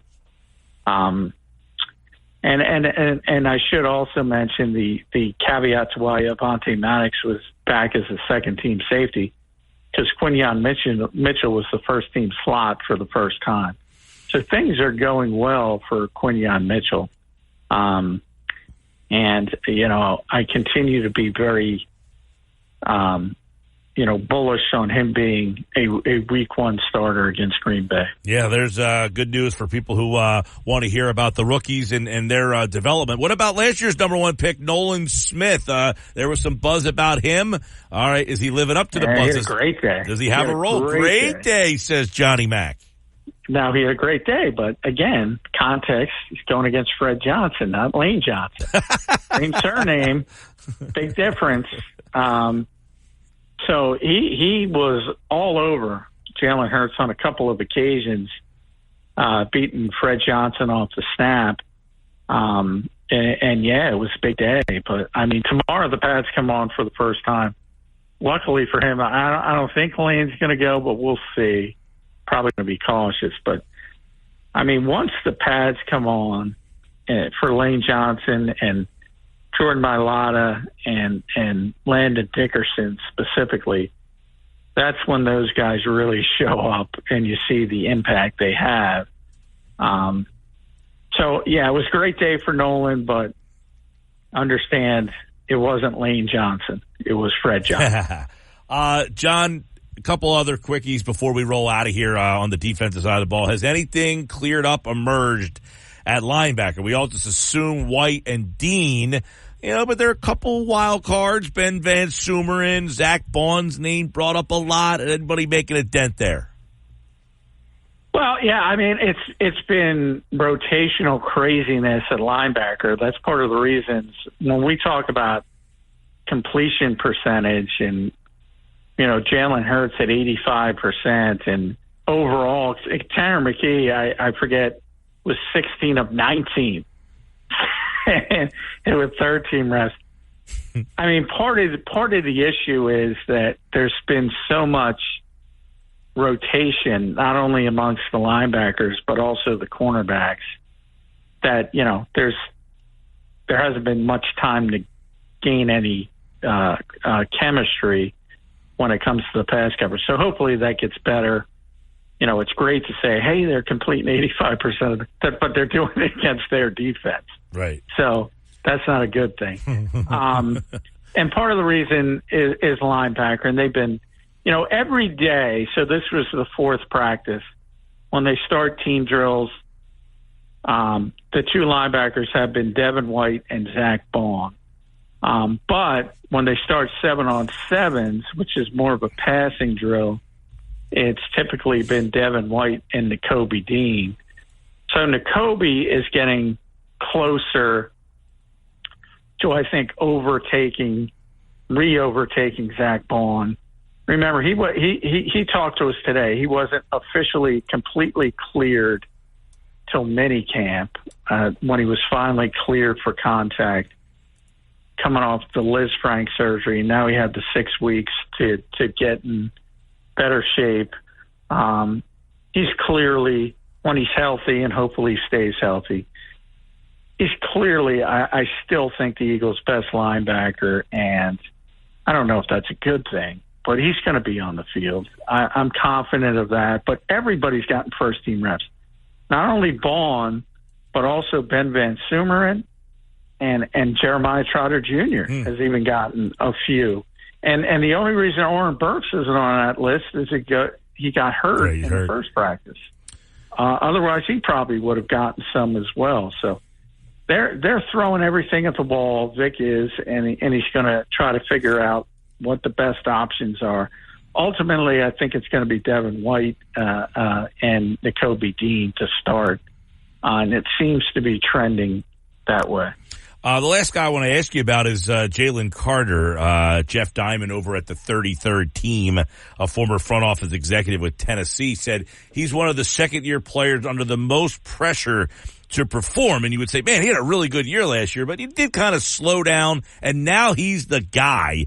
6 sacks, 33 tackles last year for Jalen Carter, but no Fletcher Cox next to him. Are they building a defense around him? What kind of role is he going to have in the Vic Fangio defense? Yeah, I mean, he and Jordan Davis and Vic's been pretty honest about that. They're the foundational pieces of this defense, and that's what he's building it on. And he needs them to play a lot and play at a high level. And conditioning has been an issue. That's why the Eagles sort of have been pressing that and doubling down and trying to make sure those two guys specifically, not just those two, but them more than anybody else, are ready to play major snaps. I mean, major snaps. And Jalen's going to be a great player. It's just a matter of how great. There's some consistency issues. Like, we talked about Mekhi Becton. That's where we started this call. He was eating his lunch on the pass rush for a little bit, but every once in a while, Mekhi would get that big body on him and, be able to push him a little bit. So, there's some technique issues, but I think people forget because he's so talented. Still a very young player. There's still a lot of time to grow and figure those things out. But he's really good. It's just a matter of how good he's going to be. All right. John McMullen, Birds 365, weekday mornings at 8 on the Jacob Media YouTube channel, at JF McMullen on X. For all the updates on the Eagles, Sports Illustrated, he's got a ton of coverage on the Eagles camp. Day 4 in the book. Pads tomorrow? Yeah, pads come on tomorrow at 10 a.m., so everybody get excited. Woohoo! All right, baby. We'll be looking forward to that and more with John here on the Sports Bash on 97.3 ESPN. All right, John, thanks, buddy. All right, thanks, Mike. There's John, and of course, we'll have more throughout training camp here. And don't forget, you can check out the Eagles Friday night. It's a Friday. Usually they play Thursday night for training camp, but this year their exhibition schedule starts on a Friday night, and you can hear the game right here on 97.3 ESPN. And of course, you can hear that with Merrill Reese and Mike Quick, your official home for Eagles football. 97.3 ESPN. Catch every Eagles game all season long right here. This hour brought to you by Broadleaf's Plumbing, Heating, Air Conditioning. It's your trusted source for heating and plumbing service installation for generations. 609-390-3907 online, broadleaf.net. When we come back, Philly's lineup is out. It is, there's an interesting little quirk to it today. I'll say that. I got that on the other side. Don't go away. More Sports Bash on 97.3 ESPN. You're listening to the Sport. What's the easiest choice you can make? Window instead of middle seat? Picking a vendor who sends a great gift basket? Outsourcing business tasks you hate? What about selling with Shopify? Whether you're selling a little or a lot, Shopify helps you do your thing, however you cha-ching. Shopify is the global commerce platform that helps you sell at every stage of your business. From the launch your online shop stage to the first real-life store stage, all the way to the did we just hit 1 million orders stage. Shopify's there to help you grow. Whether you're selling scented soap or offering outdoor outfits, Shopify helps you sell. Wherever and whatever you're selling, Shopify's got you covered. Sign up for a $1 per month trial period at shopify.com/try. Go to shopify.com/try now to grow your business, no matter what stage you're in. Shopify.com/try. With Mike Gill. Never thought this radio stunt would catch on so big. On 97.3 ESPN. 3:33 Sports Bash. Philly's lineup is out. Little quirk to it. One little quirk, I guess. I don't want to say quirk. I mean, yeah, you guys can decide for yourself, okay? Here it is. By the way, Carlos Estevez has reported following the trade, and to make room for him on the roster, Michael Rucker has been optioned to AAA. Estevez will wear number 53. So Carlos Estevez is in Philadelphia and should be able to go tonight. Here's your lineup. It's brought to you by Clark's Moving and Storage, Rio Grande, moving to Breeze with Clark's Moving and Storage. So here's a lineup. Here, I'll explain the little quirk, I guess. Schwarber, Turner, Harper, Bohm. That's normal.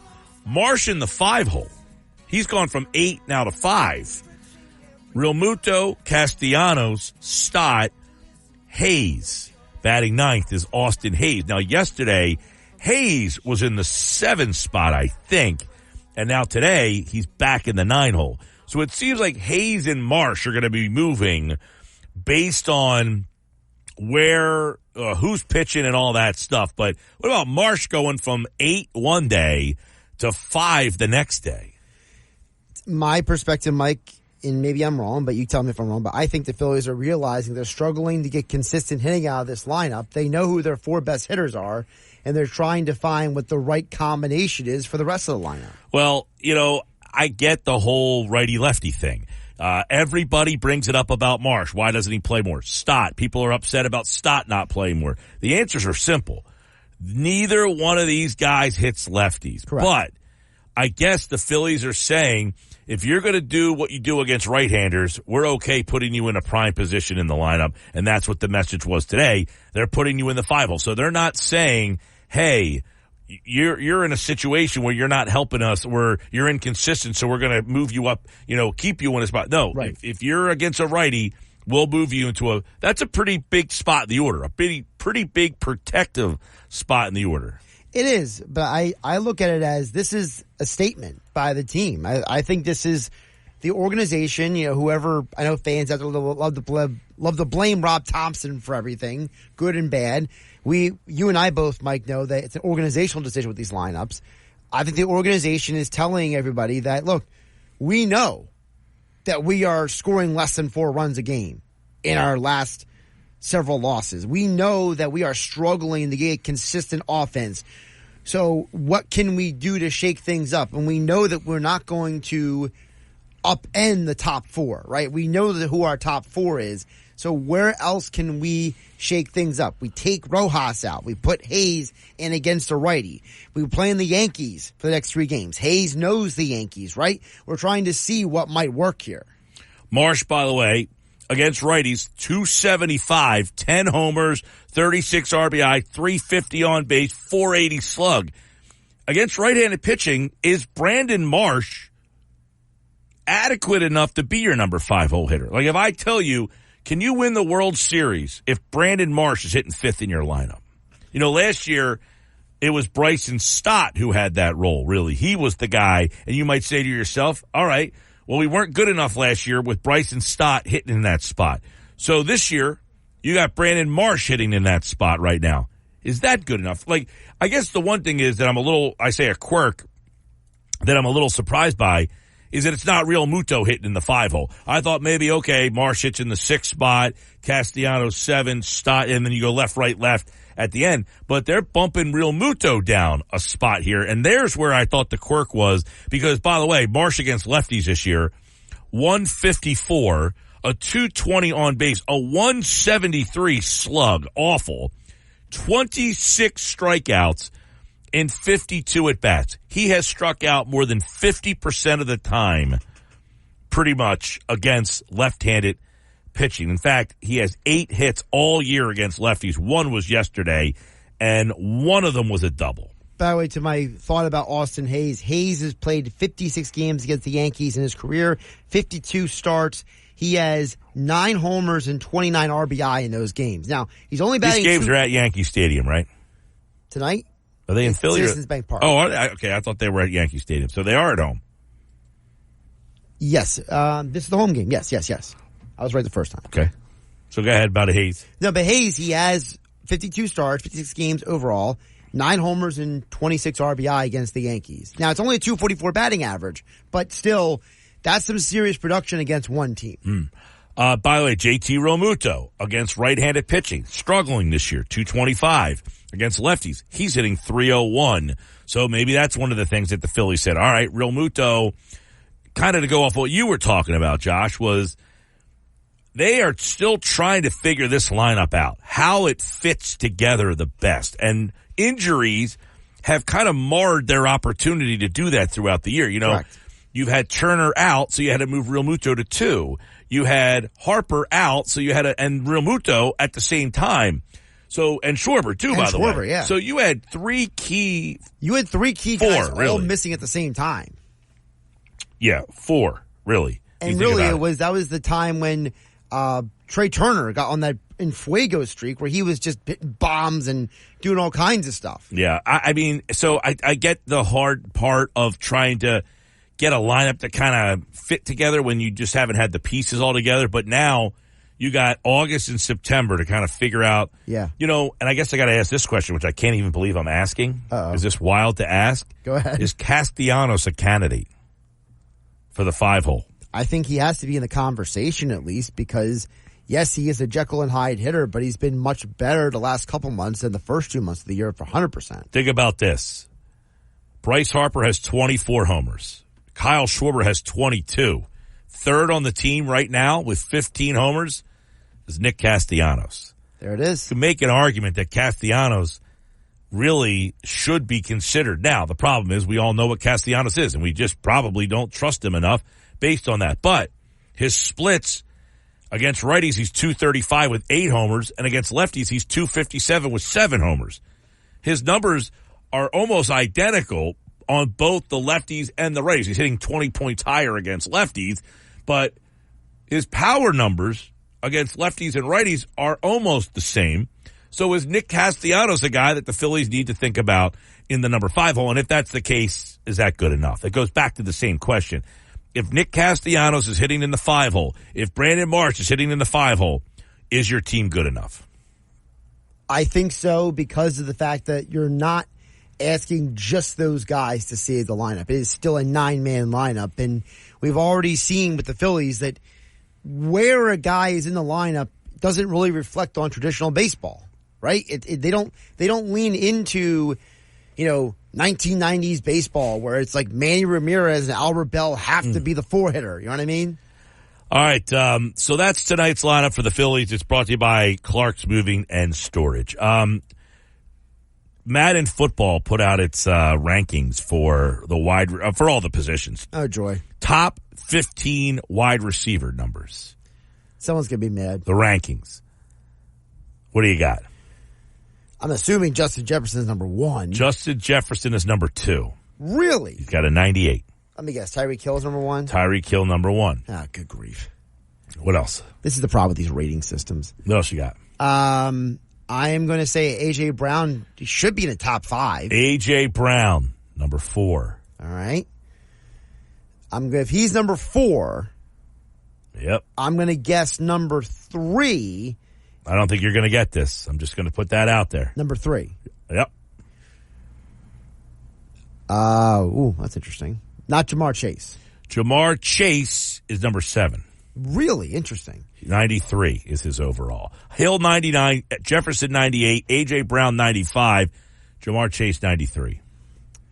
CeeDee Lamb. CeeDee Lamb, number 3. Number 3. Yeah. Interesting. So he has very close to identical numbers with Justin Jefferson over the last couple of seasons. So I'm assuming that's part of the influence of that. There you go. See here. So I got 1, 2, 3, 4, what is it, 7? You got 1, 2, 3, 4, and 7. So also on the list has to be... I'll let you go until you get one that's not on the list. Amari Cooper should be on the list. Amari Cooper, number 11. Michael Pittman Jr.? Michael Pittman Jr. This game has ended. Oh, wow. Yeah. He should be on the list. Number 5, Amon-Ra St. Brown. Number 6, Devontae Adams. Makes sense. Number 8, Stephon Diggs. Yep. Number 9, Brandon Ayuk. A little high, but okay. Number 10, Mike Evans. Probably a little low, but okay. Number 12, Keenan Allen. Probably a little high. Number 13, DJ Moore. Definitely high. They're teammates now. Number 14, DeAndre Hopkins. Should be higher. And number 15, Terry McLaurin. Shouldn't be on the list. That's the list. Not my list. Sports Bash live. 97.3 ESPN, the 97.3 ESPN free mobile app, streaming live video on the X platform. At Mike Gill Show. Use the hashtag SBLive. We have the Phillies covered.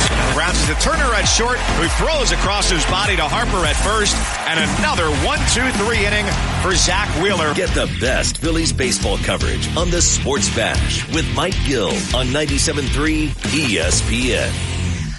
What's the easiest choice you can make? Window instead of middle seat? Picking a vendor who sends a great gift basket? Outsourcing business tasks you hate? What about selling with Shopify?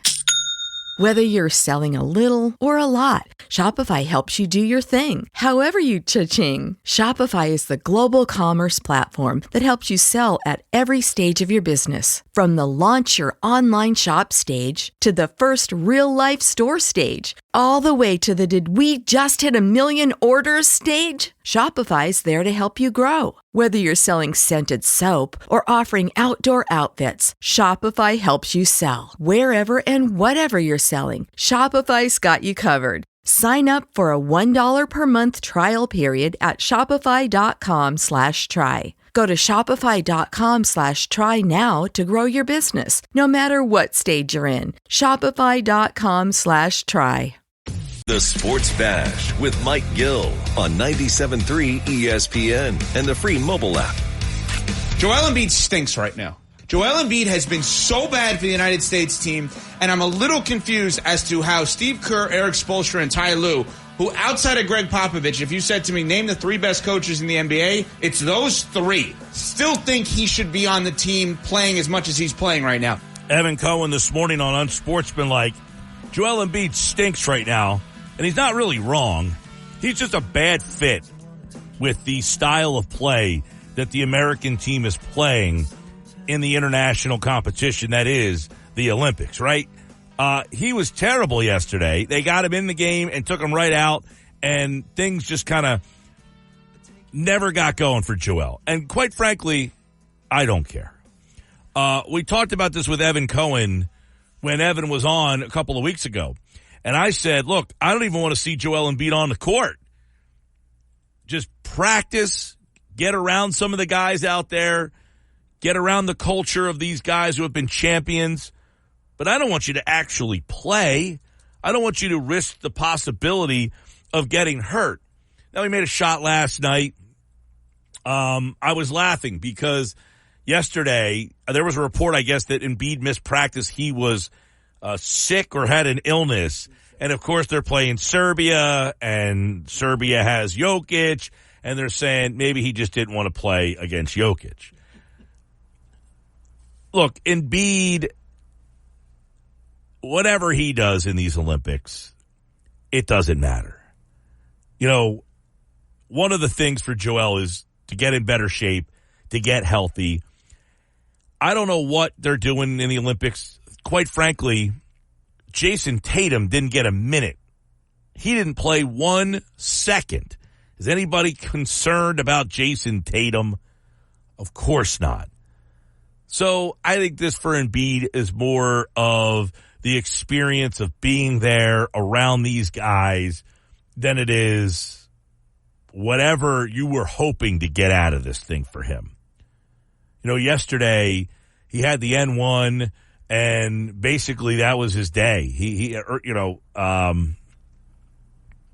It just wasn't a good day for Embiid. I mean, he has not made a big impact at all in the Olympics. 4 points, 2 rebounds, 0 of 3 from the line. He turned it over 2 times. He had 3 fouls, and he hasn't done anything. But are we really reading into Joel Embiid's Olympic performance? Because his 4 points and 2 rebounds was better than Jason Tatum's 0 minutes yesterday. And guess what? I don't think there's anybody out there who would say, you know what? I don't really want Jason Tatum on my team.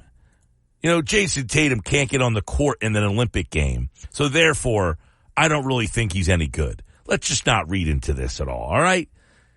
Because I think the bigger factor is that Tyrese Maxey, who was on the podcast with Podcast P, right? What's that? Is that the name of the Paul George show? Podcast P with Paul George. Got it. And he said that Embiid basically had told him he wanted to get Paul George.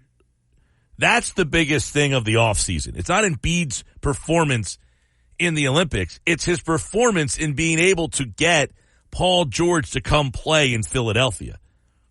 That's the performance we need to keep our eyes on. That's the performance we need to focus on. It's that Joel Embiid, for the first time maybe, I don't want to say the first time, I don't really know what his past is, but that he has become Joel Embiid, the recruiter. Joel Embiid, the I want to play with this guy, come play with me, and that guy saying, okay, that sounds like a good idea. You know, because so many times we've seen great players of the past, a la LeBron James in Cleveland. You never saw him get anybody to say, hey, I'll come to Cleveland with you. Instead, what did LeBron James do? He decided, I'll go to Miami and play with you instead of you coming to play with me. Joel Embiid didn't have to leave Philly to get someone to play with. He got someone to come to Philly with him. That, to me, is the story of the offseason, not Embiid's performance in these Olympics, which, look, the Olympics are what they are. We talk about this a lot. The style of play for the American team is really not conducive to international play. They're just so much better than everybody else, right? They're just so much better talent-wise than everybody else is. So I'm not reading too much into the Joel Embiid stuff, because do we really think that Joel Embiid's going to come out in the regular season? And look, the regular season's one thing, the playoffs are another. We can question his playoffs. Do we really think he's going to come out and struggle and scoff along in the regular season? Of course not. Now, what I'm hoping is being around the group of guys he's around right now will help him maybe get over the top in the second round, into the championship round, and then into the finals. Sports Bash Live, 97.3 ESPN, the 97.3 ESPN free mobile app. Don't forget, every Eagles game is on 97.3 ESPN, including Friday, August 9th, when the Eagles take on the Baltimore Ravens. You can listen to every Eagles game with Merrill Reese and Mike Quick right here on 97.3 ESPN. This hour of the show is brought to you by Broadlee's Plumbing, Heating, and Air Conditioning, your trusted source for heating and plumbing service and installation for generations. Call them 609-390-3907, online at broadlees.net. Coming up, football at 4 is on the way. Jeff Mosher opines on what has stood out through the first 4 practices for the Philadelphia Eagles, and something Nick Sirianni said today that stands out. 97.3. Is your vehicle stopping like it should? Does it squeal or grind when you brake? Don't miss out on summer brake deals at O'Reilly Auto Parts. O'Reilly Auto Parts. ESPN presents the Sports Bash with Mike Gill. It's time for Football at 4, powered by the Inside the Birds podcast. Just hungry to bring back another Lombardi to Philly. The fans deserve it. Our team deserves it. Culture begs for it. Now live, this is Football at 4. Football at 4 is powered by the Inside the Birds podcast. We'll take a look inside some of the things the guys are hearing from some recent camp practices, including one Jalen Hurts. Of course, Jalen Hurts in year number 4. We've got 3 different versions of Hurts. The first year we had a pretty average guy. The second year we had an MVP level guy. The third year we had a pretty good guy. What guy are we hearing about in year number 4, Mosher? Are we going to get the average guy, the MVP guy, or the guy that we saw last year? What are we hearing about this Jalen Hurts, Kellen Moore marriage here? Well, it's a different offense, and you've heard Jalen Hurts talk about comprehending 95% new offense, but he doesn't look so far like someone who's, stuck in a new one, all the intricacies. He's been as far as, Andrew DeCecco's been down there, Adam's been down there. I've checked in on things, and he's been nice, smooth, having a good rhythm with a lot of his receivers. Now, most of the plays that people would call splash plays, they're coming to who you'd expect they'd come to, right? They're going to A.J. Brown. They're going to Devontae Smith, who had a great practice over the weekend, as the Eagles really try to figure out their depth behind those two guys. But what you like to see, Mike, early on is that the ball doesn't hit the ground very often. I think it's particularly impressive that 9 times out of the 10 defense is going to be ahead of the offense for the first 6 to 7 days of camp, and it doesn't appear that that's been the case so far. through this camp. Yeah, I know that a lot of people. I don't know. Are we just assuming that Hurts is going to be better this year, or is this a situation where that Jalen Hurts has to kind of reprove himself? Yeah, I mean, I think any quarterback, not Patrick Mahomes, not Josh Allen, maybe Burrow. I feel like they all have to prove themselves year in and year out that they're trying to be in that conversation. You and I have talked about a guy like Matthew Stafford, right? Who won a Super Bowl and then he got hurt, and then he was like in nobody's top 10 going into last year, and then he went out with no expectations and they won 11 games. So, and then all of a sudden he's back up there. So that's kind of how life is for most quarterbacks. But just for this offense with all the weapons around him, and now Saquon Barkley, two great wide receivers, offensive line that they're trying to, keep at an elite level, and him getting back into a new offense, I feel like the pieces are there for him to do well. He just has to be listen, to me, I've talked to some people about this. You don't have to be a superstar, just can't turn the ball over as much as he did last year. He just has to protect the ball better and not bail the pocket at the first sign of pressure. Stay in there, find your weapons. You do that, you expect that he'll be fine. Do we anticipate seeing more running from Hurts this year? I mean, there was a lot of questions about his health last year being a factor there, but nothing really reported after the season was over regarding these injuries that he kind of was dealing with throughout the season. But does Kellen Moore anticipate having more of a mobile running Jalen Hurts, similar to the guy that we saw 2 years ago? Designed runs, yes. I believe Jalen Hurts has +1 in the run game intentionally, is a very good weapon for the Eagles. It has been in the past. Non-designed runs, or scrambling away from pressure or scrambling away from perceived pressure, and not staying on script with the offense is probably not what the Eagles coaching staff wants to see. Yeah, you take a look at Hurts and I don't know where your feeling was on why so tentative in the run game last year. You know what I mean? Like, it just didn't seem like the same guy from the year before. Yeah, I don't know, because it seemed like from the start. We know he had the injury, was it the knee injury that was at some point during the season, and that impacted him. But I felt from the start. Don't you find it weird, though, that we never heard anything about that after the season? I always find Eagles and their injury situation to be weird, yes, and their lack of information. But, they're pretty open about why they're not as forthcoming with the information. So, I found it strange, and we'll see. I mean, him being healthy is obviously the number one priority for him to be able to have a good year. No doubt about it. Jeff Mosher, Football at 4, taking a look, staying on the offensive side of the ball. Right guard is going to be interesting. Tyler Steen had the ankle injury over the weekend. He goes out, and in today goes Mekhi Becton. You were early on that report that they wanted to look at him at guard. He's been playing a little left guard here and there. Well, today he got his first look at right guard. Do we see Mekhi Becton being a major factor now in that right guard battle? I mean, it's amazing how many opportunities they've had already to look at him playing left guard and right guard because of the OTAs with Landon Dickerson not being there a few times. And then at the start, Landon Dickerson had to overcome a toe, and then he comes back, and then bam, Tyler Steen's hurt. And so he's in there at right guard now. And the interesting thing is today, Mike, Lane Johnson was sidelined with a toe injury that's considered minor.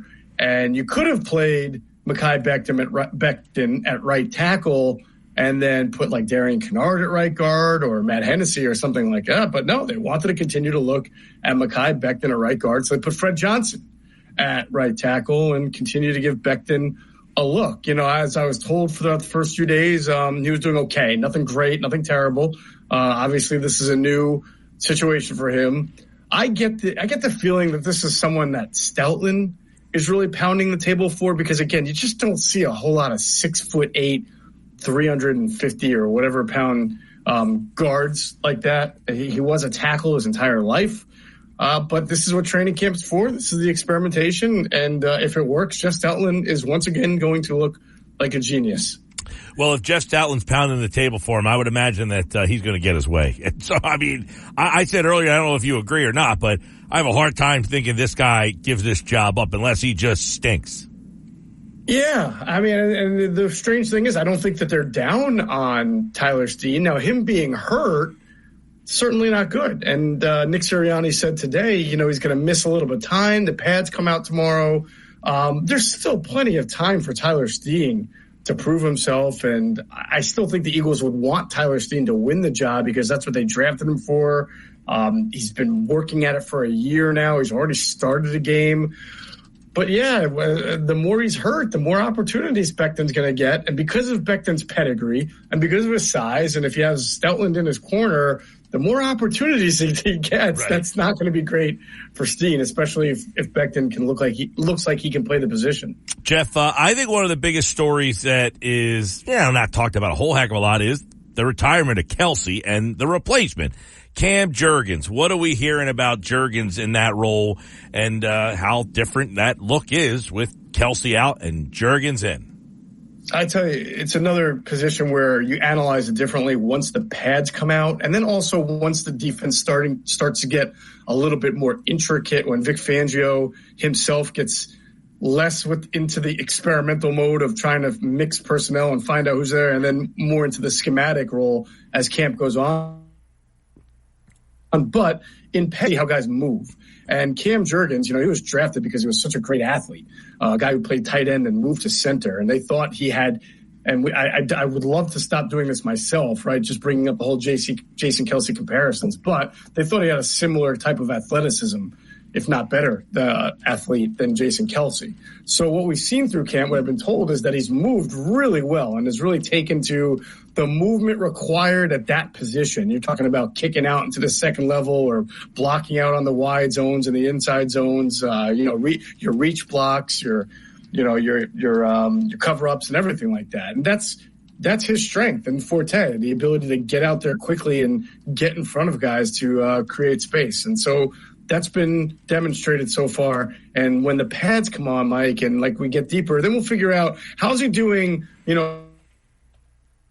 sorting blitzes. How are the right guys when they're showing one thing but giving you another on defense?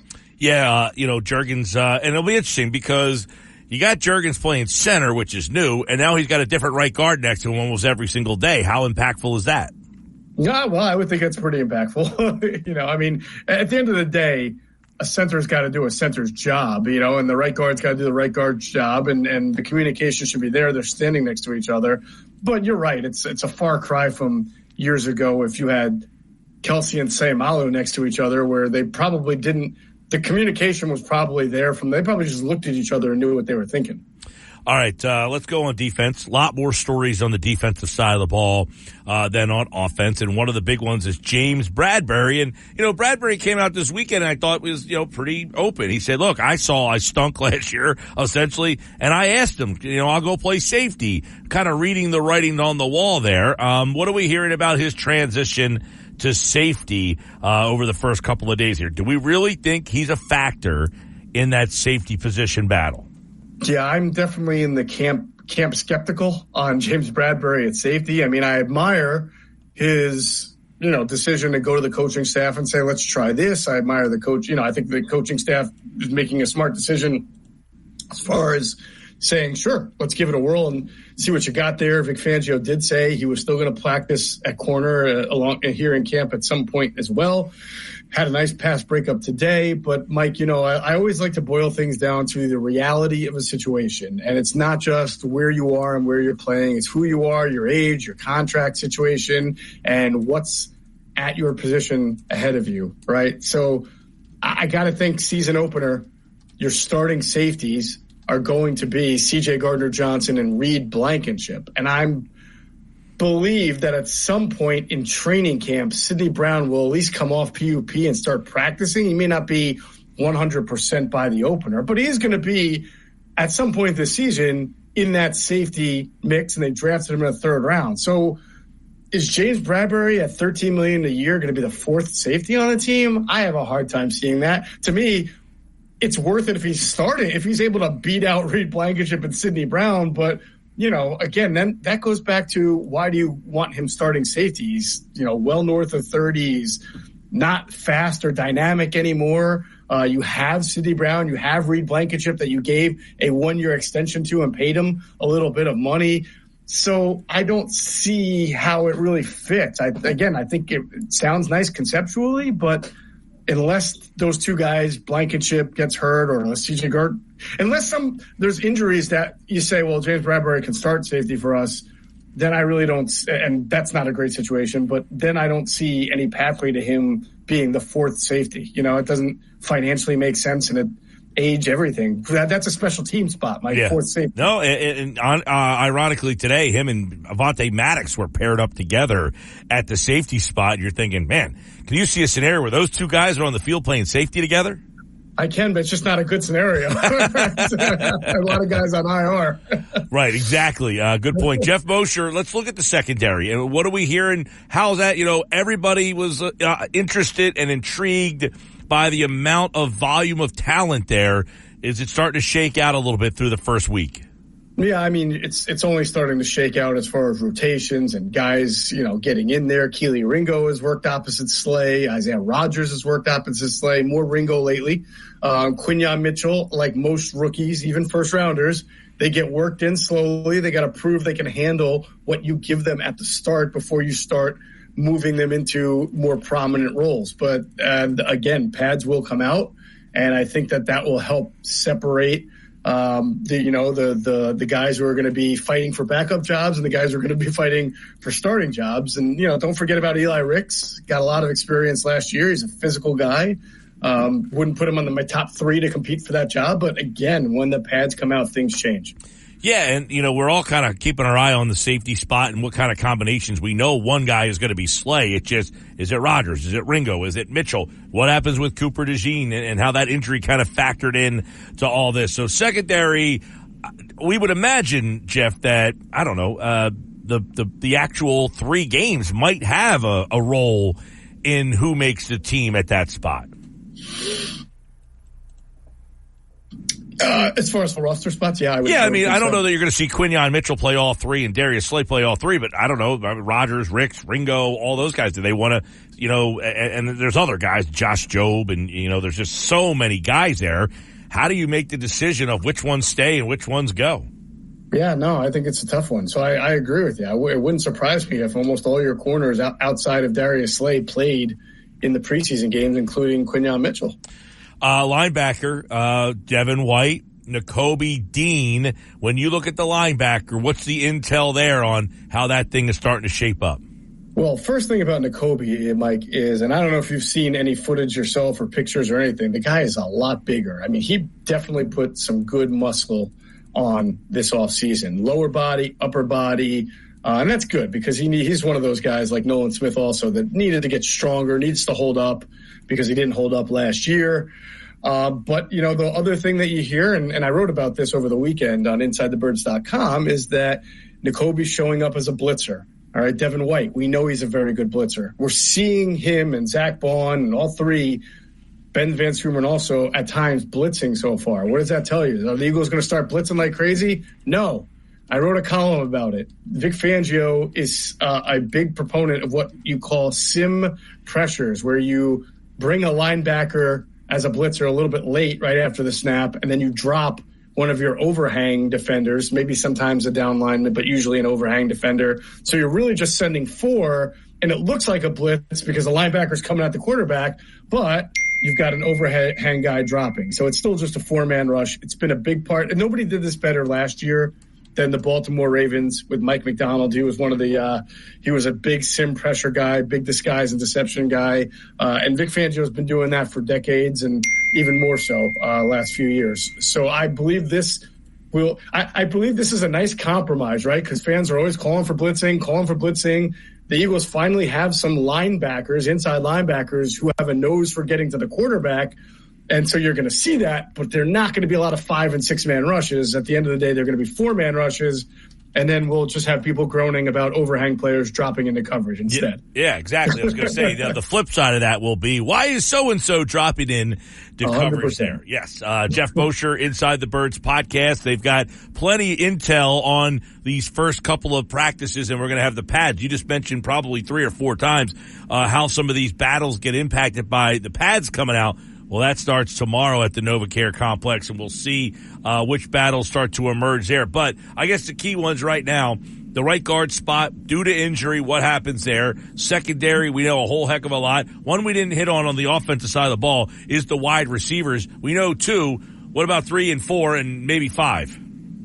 Yeah, I mean, Mike, they're really looking for a slot receiver here. Paris Campbell is a guy. He's had a nice camp, but it's dangerous for Paris Campbell to be a slot receiver. Do remember that if you're going to be in a lot of 11 personnel, which is 3 wide receivers, 1 back, 1 tight end, that your inside slot receiver, and you're going to run out of those formations, your inside slot receiver's got to be able to block a little bit. And Paris Campbell has barely been healthy throughout most of his career as an outside receiver. So now you're going to put him in the slot. He's not the biggest guy. He's 6'1", 200. I mean, that's not tiny, but, they drafted Anais Smith, who is a natural slot. He's been having some trouble catching the ball. So Johnny Wilson has become an interesting name. He was one of their day 3 picks, 6'7" guy. Some people thought around the league, from Florida State, by the way, that he would be a tight end, sort of a detached tight end in the NFL because he's 6'7". The Eagles have never called him a tight end, called him a wide receiver. They've worked him out inside out and outside, but mainly through camp so far as an inside guy. Nice big body. But what you're giving there in blocking and big body, you're taking away in maybe separation ability and vertical stress ability, because, he's 6'7". Those guys don't exactly, separating at the top of the route when you're 6'7" is a little different than when you're, say, Nelson Aguilar or Jason Avant, right? And you're more normal wide receiver size. All right, Jeff Mosher from the Inside the Birds podcast. We are just getting started at training camp, but stuff is starting to emerge. And don't forget, you can listen to the Eagles and the Ravens next Friday night here on 97.3 ESPN. Game number 1 of 3 preseason matchups. And, of course, the 2024 season begins in Brazil on September the 6th. We'll have that game for you here on 97.3 ESPN. All right, Jeff Mosher, we'll talk to you on Wednesday, man. All right, Mike, take care. All right, Jeff Mosher, everybody, from the Inside the Birds podcast. And don't forget, check that out on all podcasting platforms and their YouTube channel. Just search Inside the Birds. All right, Mike Gill, Sports Bash Live, 97.3 ESPN, the 97.3 ESPN free mobile app. We got so much more to get into. Knicks Nuggets are on the way. You got to give Knicks Nuggets a little credit. Nick, a couple days ago, he was one of the first guys that kept kind of asking for Carlos Esteves and saying, why not him? What about going after him? What about him? And he was just one of these closers from bad teams that generally are in trade talks. Well, it ended up happening. The Phillies were able to go out and get Carlos Esteves. He did report. He did speak to reporters today. They asked him what about his role, being the 9th inning closer, being the guy who's in there in the big situations. He gave all the right answers. He says, I just want to be a part of a team, be a piece of sand on the beautiful beach that they've already built here. So we'll see what Esteves ends up doing. But that's all coming up during Knicks Nuggets today on the Sports Bash Live on 97.3 ESPN. And, of course, don't forget, on Friday, this Friday, we will be live at Charlie's in Summers Point. So stop out for a happy hour Friday edition of the Sports Bash. We'll be there Friday from 2 to 6 with our friends from Bud Light. $2 Bud Light specials all show long. 800 Shore Road in Summers Point. We're celebrating 15 years of the Sports Bash every Friday throughout the summer. This Friday, we're at Charlie's in Summers Point. We'll have Smashing Pumpkins Green Day tickets live at Citizens Bank Park. They are playing on August the 9th. Stop out, have a beer, enter to win those tickets, and we're giving away 10 spots in 99 bottles this year. We were just talking about the 99 bottles party this year. We know when it will be. We know what tickets we will have. We're just looking for the venue, the location. Where will it be this year? Maybe we'll find out by Friday. But 10 spots are up for grabs. Stop out and get one of those spots this Friday at Charlie's in Summers Point, 800 Shore Road in Summers Point. We were at Giuliano's this past Friday. Had some people come out and say, hey, how do I get one of those 99 bottle slots? Well, we filled them all up. Those spots from Friday are filled. So now we're down to 89 openings for 99 bottles. So if you want a 99 bottle spot, get out to Charlie's this Friday. Stop by, get the wings, get some tenders, have a beer with the Sports Bash on 97.3 ESPN. You're listening to the Sports. Save on O'Reilly Brake Parts Cleaner. Get 2 cans of O'Reilly Brake Parts Cleaner for just $8. Valid in-store only at O'Reilly Auto Parts. O'Reilly Auto Parts. With Mike Gill. When I'm driving, I got a guy on the radio who talks to me. I can't see him, but he talks to me. On 97.3 ESPN. Sports Bash, 97.3 ESPN. Mike Gill with you. So, the Phillies made a trade on Saturday. It happened around 6 o'clock at night, somewhere around there, a little bit after 6, I guess. And I know Nick Earnshaw was probably pleased as punch when I texted him and told him Estevez was now a Philly. He has been kind of banging the table for the Phillies to go get this guy. And sure enough, they did. He's in Philly tonight, and maybe we'll pitch the 9th inning if they need him to do so. And I would imagine that will be a part of today's Nuggets. Nick's Nuggets with Nick Earnshaw. What's up, Nick? What's going on, Mike? Now, did you really think I wasn't going to be in the nosebleeds tonight for Estevez being a Philadelphia Philly, being in the building? Are you kidding me? So you went right out and bought tickets as soon as, it happened? Oh, yeah, of course. I'm going to be in the nosebleeds once again. Like, I had to be there. Like, if I'm going to make these proclamations, a couple of weeks ago and then it eventually happens, I got to be there, right? Yeah, well, listen, I don't not like Estevez. Like, I'm not, like, anti-Estevez. Was, like, in the camp of, I don't think that is your best or should be your best move. I think what you said in the update, the question of the day, I think they need to get a more impactful something, whether it be a part of the line. Like, I'm looking at the lineup tonight and seeing Brandon Marsh hitting in the 5-hole, and I asked myself this question. With a team with Brandon Marsh hitting in the 5-hole, is that a World Series team? And I'd say, I don't think so. I don't think that Brandon Marsh hitting in the 5-hole is a World Series team. So I think there still should possibly be a more impactful move still.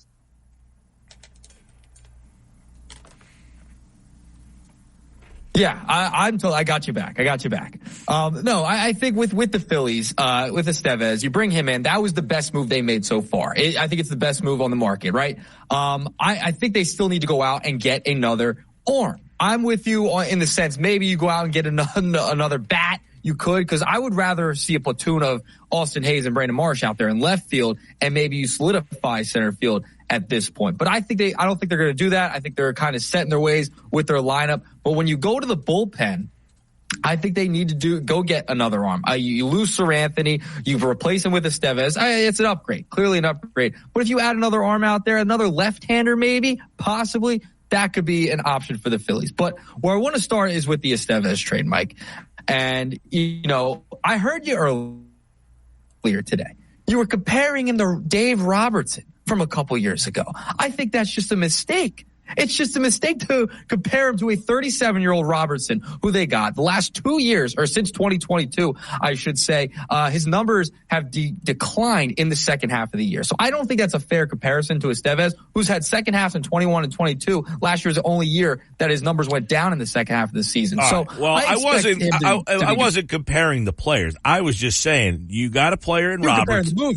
I'm comparing the move. You got Robertson, who at the time was having a tremendous year for the Cubs, and he came over here, and he was not the move that put you over the top. He was a closer who didn't end up closing here. He was a guy who was having a great year in Chicago and then came here and had trouble getting the last 3 outs of the game. As I've been saying, it's not the same getting 3 outs in an empty Anaheim stadium that it will be getting those 3 outs against the Yankees tonight. Now, I hope he's able to do it. I'm just saying, the Phillies have gone down this road before.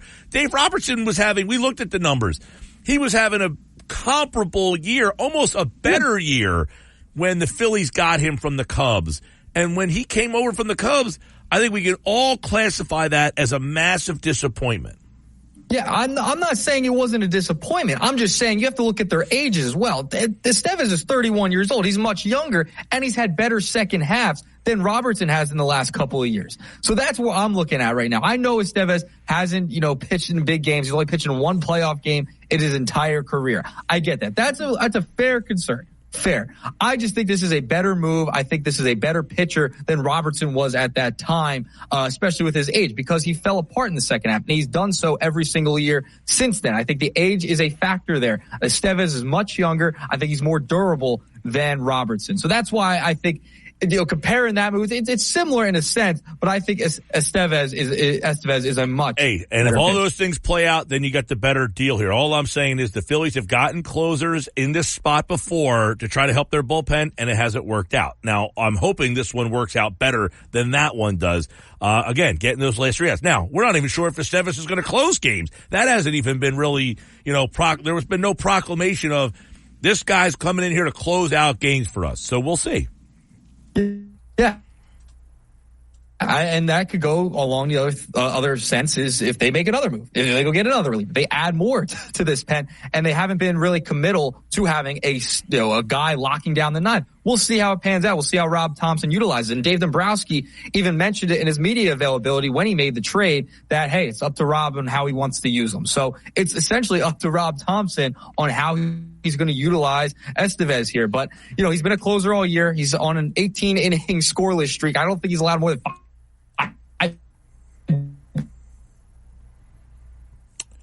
Yeah, we're having a little bit of a connection issue there with Nick. We'll try to get him back and connected here in just a second. But you're right. Estevez has been on a heater right now, by the way. I haven't really looked at the schedule of games of who he's collecting all these. I can pull it up real fast just to see. Oakland. Oakland. 1, 2, 3, 4, 5, 6, 7 times Oakland and 7 times against the Mariners, who have some of the worst offense in all of baseball. So, not the most impressive run of teams, but impressive out. Look, I don't want to make it sound like I'm poo-pooing this move. I like the move, but I think, and by the way, Ken Rosenthal reporting that the Phillies are still looking at more bullpen help. So I think there's your clue that maybe they think they need another arm back there. Yeah, I think so. I saw the Ken Rosenthal report. Hopefully my connection is working now. It's much better than it was when we first jumped in here. But yeah, I did see the Rosenthal report. I wouldn't be surprised if they do make another move by tomorrow, get another arm in here. You can never have too much pitching, Mike. That's what I've been clamoring about it for weeks now. You can't have enough pitching back into the bullpen. You never know who you might need to go to in a playoff game, in a big spot to get an out, 1 out, 2 outs, whatever. So I'm all for adding more pitching. I'm not against that whatsoever. But I got to address something else. Well, I want to bring up the question then. Do you think the Phillies gave up too much to get Estevez? That's where I was going to go. I don't think they gave up too much at all. I don't know why people think that giving up Klassen and Aldegari was too much. They didn't give up their top 3 guys. Crawford, Painter, and Miller. Those are the 3 guys you don't want to touch. Anyone after that, I could care less who they give up. And Estevez has been really good. The reliever market is at a high value right now. So you're going to have to give up something to go get something, right? Klassen and Aldegari are not going to be available for another 2 years. Their ETA, according to MLB Pipeline, is 2026.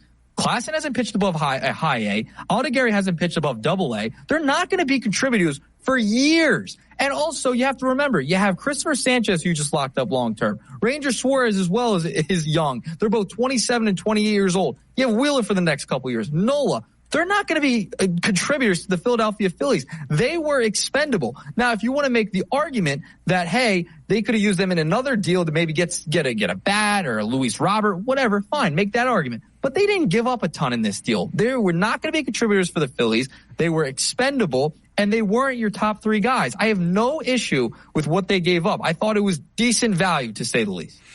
Yeah, I agree with all those premises. The only thing I will say is I don't want to hear the people then complain if he walks Estevez at the end of the year and they don't re-sign him, and these 2 guys are in the Angels rotation next year and performing. You're saying you let that guy walk and you had these 2 guys, because I will say the one guy, Klassen, is probably a guy who will have, if he makes it to the big league level, a lot of strikeouts, power, arm, and he's going to be the kind of guy that you look back on because he might have the big strikeout numbers. It's fine. That's all fine. You know me. I'm a big prospect guy. I love the prospects. I love seeing guys develop.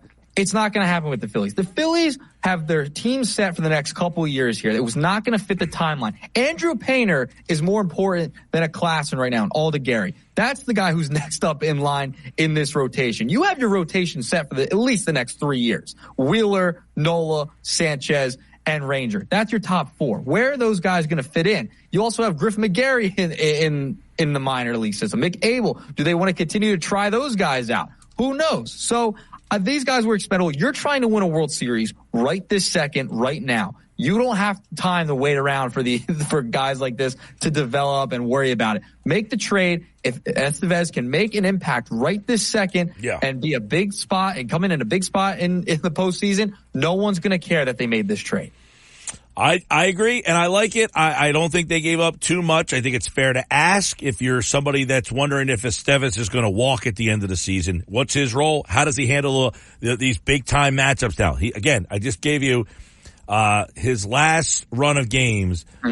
4 against Oakland, 3 against Seattle has the worst offense in the league, 3 against Oakland, 4 against Seattle. That's his last stretch of about 12 games there. Before that, the Rangers, the Cubs, the A's, the Tigers. Not a lot of great games that he had in the last month or so of closing games out. I'm talking about 9th inning, big moment, a lot of people. Those moments have not appeared on his schedule. All right. Well, now they're going to appear, right? Now they'll appear. Yankees tonight, 3-game set. I mean, they got a lot, and remember, the Phillies have a lot of games coming up against the American League. So, I think they have the Mariners coming up. So they have a little bit of a tough stretch here. You're going to get a lot of Estevez as these games come on the schedule here. So it's going to be fascinating to watch. But I think they didn't give up too much. It was not an overpay. He's a rental. It's not going to matter if they go to a World Series and win. If he's the last out, no one's going to care that they gave up 2 points. Well, yeah, if he's the last out and they win the World Series. But if he's not closing the games out and they end up not winning the World Series, I think people will look back and say, did they give up too much? Yeah, we'll see. Well, time will only tell with this trade. All right. I want to move along to nugget number 2. We got to talk about Tyler Phillips, Mike. Tyler Phillips has been ridiculous. He has essentially the Phillies' last couple of wins here. He's got a 1.71 ERA as a starter. And I'm sad to say this, but I'm actually kind of happy to say this. He's replacing Spencer Turnbull for me. I'm out on, he's replacing him for me, Mike. He's been that good. He's a South Jersey product. I'm becoming a gigantic Tyler Phillips fan as we see him progress. I mean, this is fantastic. Turnbull, I know, has been hurt, but man, Tyler Phillips with a complete game shutout this Saturday. I mean, against and to say the least, against the Guardians, who are the top team in the American League right now. So I'm sorry to say, but Spencer Turnbull, you're out. Tyler Phillips, you're in, man. I'm getting your jersey next. All right, so let's talk about this real quick. Obviously, the complete game shutout is a huge accomplishment in today's game to be able to do that. But let's be honest. Are we really thinking that this guy has the consistency to in case somebody ends up getting hurt? Are we putting that's another question. Do they need to get another starting pitcher? Suarez out. Walker out, Turnbull out for how long, we don't know. Are you okay with Tyler Phillips and Kobe Allard for the next 2 to 3 weeks? Hey, Mike, you got to ride the hot hand with Tyler Phillips. You got to ride. They didn't do it with Turnbull as long as I wanted them to. Ride the hot hand with Phillips. He's been fantastic. He's pitching well. He's hitting his spots. He's locating all of his pitches. You got to ride him as long as you possibly can. You're not going to use a Tyler Phillips in the postseason. It's just not going to happen. Yeah, I don't have a problem with Phillips. I don't have a problem with Phillips right now. I'm just saying, is that going to be good enough over the next 2 to 3 weeks if you don't get one of those guys back, Tyler Phillips and Kobe Allard, or does Dave Dombrowski have to think about adding another arm? There's been a lot of talk about top-level arms, but is that something they need to reshift the focus back to now? I don't know. So, you take a look at, I'm blanking on the guy's name, Kobe Allard pitching yesterday and wondering whether or not you can trust him. I don't think so. I know the home run, the error that Turner made kind of hurt him a little bit there, but Yeah, I mean, look, Phillips has been above and beyond anything you thought that you were going to get from him. So I would agree, keep riding him until, he but Michael Mercado had one big game and then he kind of fell apart. He's already been shipped out. So we'll see. But that's definitely something to keep an eye on. How far can they go and how much can they keep this afloat with those two guys pitching every fifth day? Yeah, you're gonna need Allard to step up in his next start. I mean, he was pitching well until the fourth inning, giving up a lot of pop flies, but then he gives up the big home run. That's concerning heading into the next stretch of games. But I think you can get by with those guys for a couple of weeks here when you get a Turnbull back, a Taijuan Walker back. They're just innings eaters right now. You just need guys that are going to eat innings at the back end of the rotation for you as you head into your stretch run.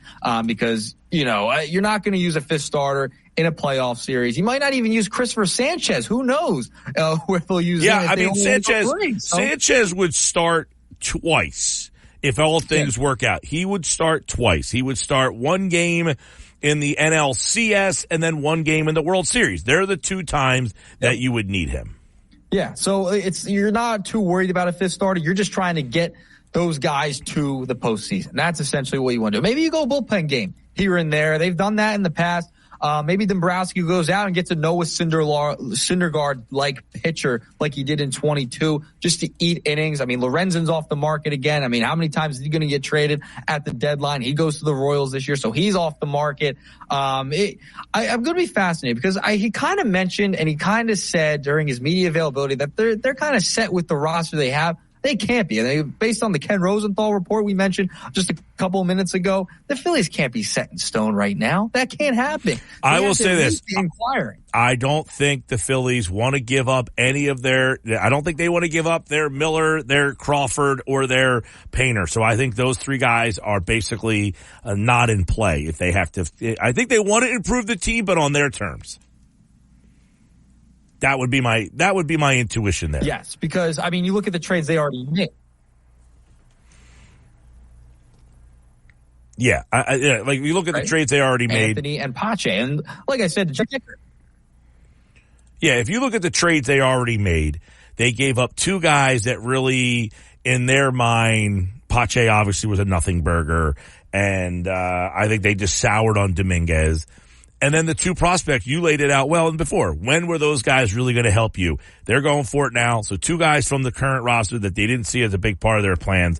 And then obviously, what's going on at the minor league level.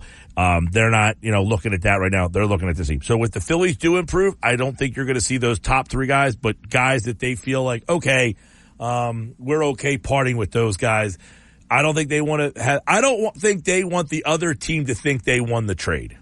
Yeah, I think they don't want to look down the line. They gave up some of their top guys they took early on in the draft and say, man, we could have had them along with some of the guys we've already signed to long-term deals. They don't want that to happen. They don't want them to develop into these great players, and they gave up on them and they didn't win a World Series. That would be the mistake and the feeling I feel like the Phillies would get overall. All right, Mike. 2-pack of nuggets for you today. It was a fun one. We got through it, I guess, some of the technical issues, but a 2-pack for you, all Phillies. I'll be down in the nosebleeds once again today. Yeah, enjoy the game tonight. Yankees in town. The Yankees, a lot of people wondering, are we going to get an 09 replay? The Yankees not holding up their end of the bargain, but the Phillies have been struggling here. Phillies are 500 in their last 20 games. So both teams kind of struggling on. I saw this stat earlier today. The top four teams in the National League, like the last 20 games, or so, all of them are under 500. So everybody's kind of hitting that the dog days of summer here for a little bit. Yeah, 3-6 the Phillies are since the All-Star break, so they're under 500 since they've gotten back. They just got to get back in the swing of things, it seems like, a little bit here. Hopefully it starts tonight. I mean, you got a great pitching match. You have great pitching matchups all three games right here, Mike. You got Wheeler and Hill tonight, and then tomorrow, I believe, Nola and Cole after that. I mean, the first two games of the series are going to be ridiculous. Yeah, so it should be good crowds at Citizens Bank Park as well, and Nick Earnshaw will be one of the 40,000 in attendance at CBP. All right, Nick, thanks, man. All right, Mike, I'll talk to you. Those are Nick's Nuggets today on the Sports Bash Live on 97.3 ESPN, the 97.3 ESPN free mobile app, streaming live video on the X platform at Mike Gill Show. Use the hashtag SB Live. Don't forget, We're celebrating 15 years of the Sports Bash live at Charlie's, 800 Shore Road in Summers Point. Our 15th anniversary party, $2 Bud Lights, Smashing Pumpkins, Green Day tickets all day long, and 10 spots up for grabs for this year's 99 Bottles party. Stop out, come see the show, and you could win a entry into this year's 99 Bottles party. We gave away a bunch last week at Giuliano's, and we're giving away 10 more this week. So stop out to Charlie's, get some wings, maybe some tenders. I'm actually a big fan of the Charlie's chili. Anybody ever say, hey, this place has good chili? No, you never hear that. Charlie's has good chili. That's my take. Coming up on the Sports Bash, Bob Wankel from Crossing Broad and RedOctoberPhilly.com. He will be a part of the show to talk a little Phillies. And that's coming up at 5 o'clock tonight. When we come back, more Sports Bash on the way, including the Big Three tonight at 5:30. Stick around. That's all on the Sports Bash on 97.3 ESPN. Jersey. This is the Sports Bash with Mike Gill on 97.3 ESPN and the 97.3 ESPN free mobile app. Now live from inside the Ocean Casino Resort Studio, here's Mike Gill. 5 o'clock, Sports Bash Live, 97.3 ESPN, the 97.3 ESPN free mobile app. This hour brought to you by Kia Acura of Atlantic City. Great car buying experience. Go see Rocco at Kia Acura, Tilton Road, EHT. Your small but friendly dealer online, KiaAcuraAC.com. All right, Phillies active Friday, Saturday, and will they get one more under their belt? There are reports that they are still looking to add. Bob Wankel joins us from RedOctoberPhilly.com, Crossing Broad, as the Phillies getting ready for a series with the Yankees. They lose another series this weekend, and a lot of questions emerging here. But let's start with the Hayes deal on Friday that we talked about before, and then Saturday they go out and get Carlos Estevez. So are they done, or do you look at a roster that still needs more help?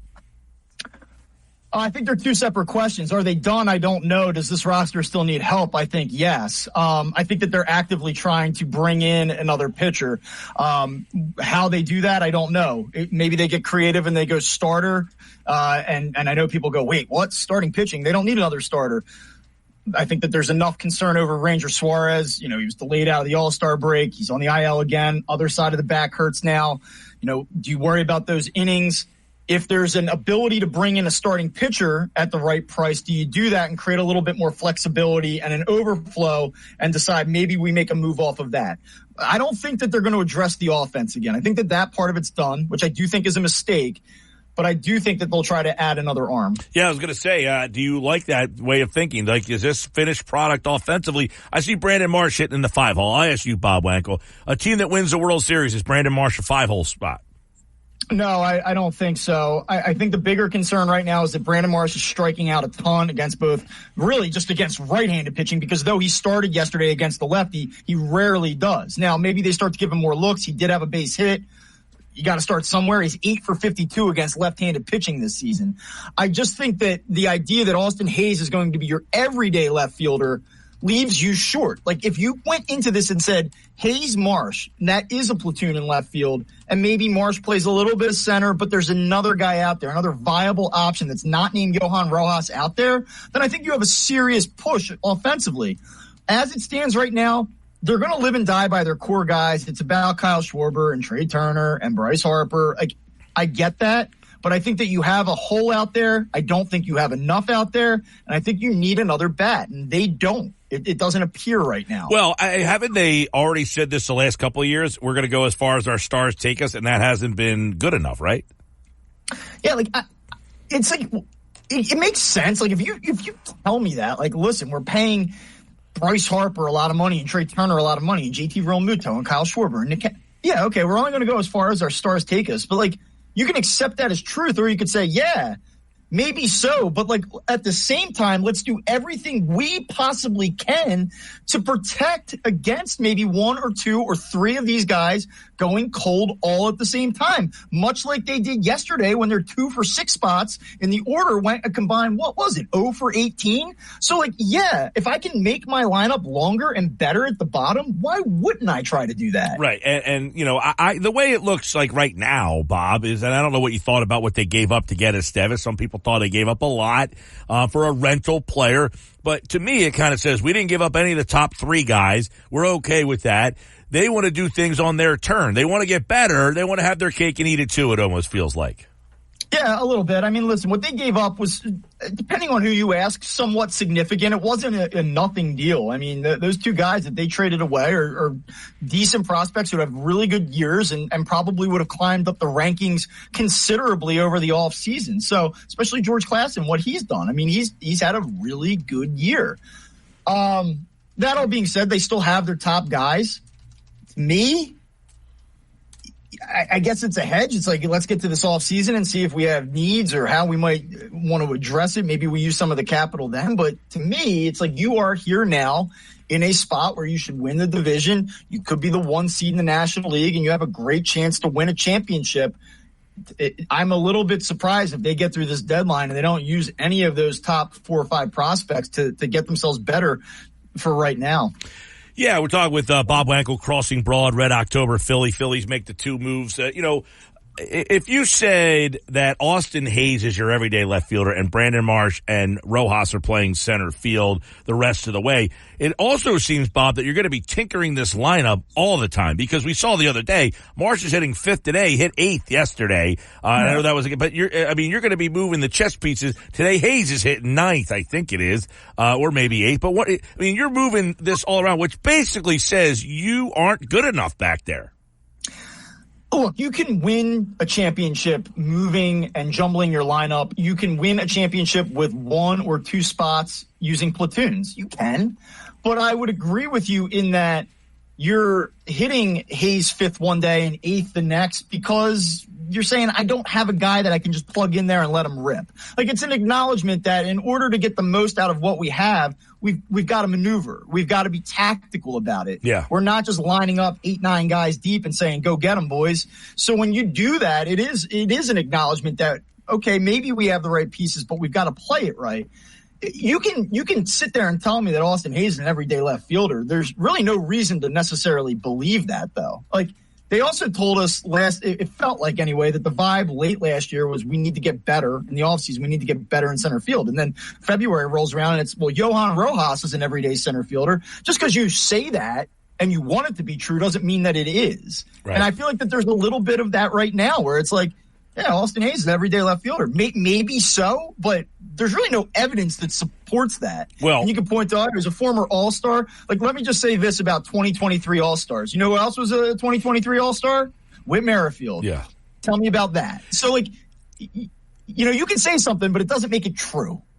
No doubt. And there's a lot. Like, we've had this discussion a lot. I mean, we can, Estevez has had a great half a year. His last, 15 games or so, 7 against the A's, 7 against the Mariners, who have like the worst offense in baseball. Closing games out against those teams, not the same. And, the Phillies 2 years ago, David Robertson was having an unbelievable first half with the Cubs. He came over here and didn't get the job done. So I don't think the Phillies can think that they have shored up that spot. I don't even know that they know that he's their guy in the 9th inning or not yet. Well, as far as Estevez goes, I mean, you can look back to last year. Again, All-Star, first half is really strong. He struggled in the second half. His numbers ballooned at the end of the year. And I have 2 minor concerns. I like the deal. I think that he automatically becomes a 2B type of option out of that bullpen. If you rank these guys out, you love where Hoffman's at. I still feel really good about Strahm, and I would put Estevez right in that grouping. But like last year, opponents had over a 340 average on balls in play against him, which is pretty high. Mm-hmm. This year, it's down around 200. So, like, is there an element of good fortune in what's going on? Like, I know batting average on balls in play is a little bit oversimplified. Like if you have nasty stuff and you induce weak contact, of course it's going to be lower. But like right now, there's such a discrepancy year over year that you do wonder, like, is he been the beneficiary of some good luck to this point? And the other thing that I would say, if you're just looking to pick this apart, is he's like striking out basically a batter per inning. Yeah. I like guys that are striking out 13 per 9, 12 per 9. And, you get a guy that's striking out about 9 per 9. You're like, okay, that's okay. So Bob Wankel and I on the same wavelength here. The strikeouts per 9, I said, not closing guy, man. 9th inning, I need to get the fastball by someone, not hope that the ball doesn't find a spot on the field. I like the move. I think they need it, but to me, it just feels like they still need another move. And I said this all last week. Any of these closers that are coming from these bad teams, I don't know that any of them are the right answer. Yeah, it's hard to know. And you can be a closer on a team that is 20 games under 500. You can be a closer in Miami. How does that translate to this city on this team with sky-high expectations? Like, that's the thing. If you're going to go out and say, here's Justin Crawford or here's, Aiden Miller, and you're going to go all in and trade away one of these key prospects, we always look at it like this team has a need. It has a hole. And that guy would fit the hole in terms of on-the-field production. What he does is what we need. Let's make that deal. But there's more to it that you have to consider. Like, does he have the right mental makeup? Is he a gamer? Can he take down big pressure moments? And you have to do a lot of homework on that. And certainly the Phillies have. But, I'm not going to throw a name out there, but, let's just say that there's a lefty reliever and they could probably use another one. In my opinion, they certainly could. Does that guy check all of those intangibles boxes as well as, hey, he's pretty nasty, he can get guys out from the left side? Because if you're going to part with those marquee pieces, you better check all the boxes. Yeah, and that's, let me get your take then on how the bullpen shapes up with him, the here now. Does he go to the 9th? Does he get the first crack at that? Is Hoffman the guy there, and now he's your 8th inning guy? Is this where do you see the pantheon late in these games? We saw Alvarado give up the home run yesterday, so I can't imagine they're feeling great about him. Well, so a few things here. If you're Jeff Hoffman having the year that he is, approaching free agency, I think he's a good teammate. I think he wants to win a World Series, and he knows if this deal is going to help them do that, he's going to do what Rob Thompson and this team asks him to do. That being said, I would want to continue to close games as I'm successful at it. I'm good at it. That being said, you need to test roles and you need to see how guys respond. And I just said to you, can you do it in Philly? Can you do it with expectations? If you bring in this piece and you've given up a decent amount to do so, I'd want to throw him right into the fire immediately to see how he responds. So I guess that being said, I would be surprised if he's not getting the bulk of save opportunities here at the end of July and in August to see where it shakes out come the end of September into October. Jeff Hoffman can do it. You think Estevez can do it. Let's find out if he can do it. And then that way we align this thing and optimize it going into the playoffs. As far as Alvarado goes, I'll finish the thought. Listen, he has been a mess in July. 9 appearances. He's given up runs in 5 of them. He's given up 8 earned runs in 8 1/3 innings pitched. I will say this. Before yesterday, his previous 2 outings, he was good. He had better command. He was around the plate. Yesterday, nobody wants to hear this because it was the deciding run. I know nobody wants to hear this, but he actually made a pretty good pitch. He did. He was at 98.3 in off the inside part of the plate, and Kwon beat him to it and put a heck of a swing on it. He doesn't give up home runs to lefties. It was sort of fluky. So, it was a bad result yesterday, but I'd like to think that he is sort of maybe figuring it out, but don't quote me on that. Yeah, no, you're right. And he said after the game, he's like, I don't know how the guy hit the pitch that he hit there. And he's right. It was a good pitch. And sometimes you just got to tip your cap there, but you wonder where the team feels about him. And look, I know you guys take a look at some of the concerns that, listeners out there, the concerns. Did they do enough in the bullpen? I'm not sure. Is the bullpen better today than it was on Friday when they gave up Sir Anthony Dominguez? I would have to say yes, right? Yes, I would certainly think so. Sir Anthony Dominguez was a good Philly, got a lot of really important outs for this team. I think everybody, generally speaking, hopes that he succeeds. An unassuming good Philly, by the way. I mean, the guy in 2019 just came out of nowhere. I mean, he was a young kid, and they just threw him in there. And they don't make that run in 22 without him. There's no question. No, and if you remember that run in 22, he was not very good in the month of September. I mean, he just got good in October. Yeah, but he was basically the 5th or 6th option out of the bullpen right now, and you're bringing in a guy who may be your top option or your number 2 option. Yeah. So on paper, do they need to replace Dominguez still? What's that? Do they still need to replace Dominguez? Is that a spot that they need to get?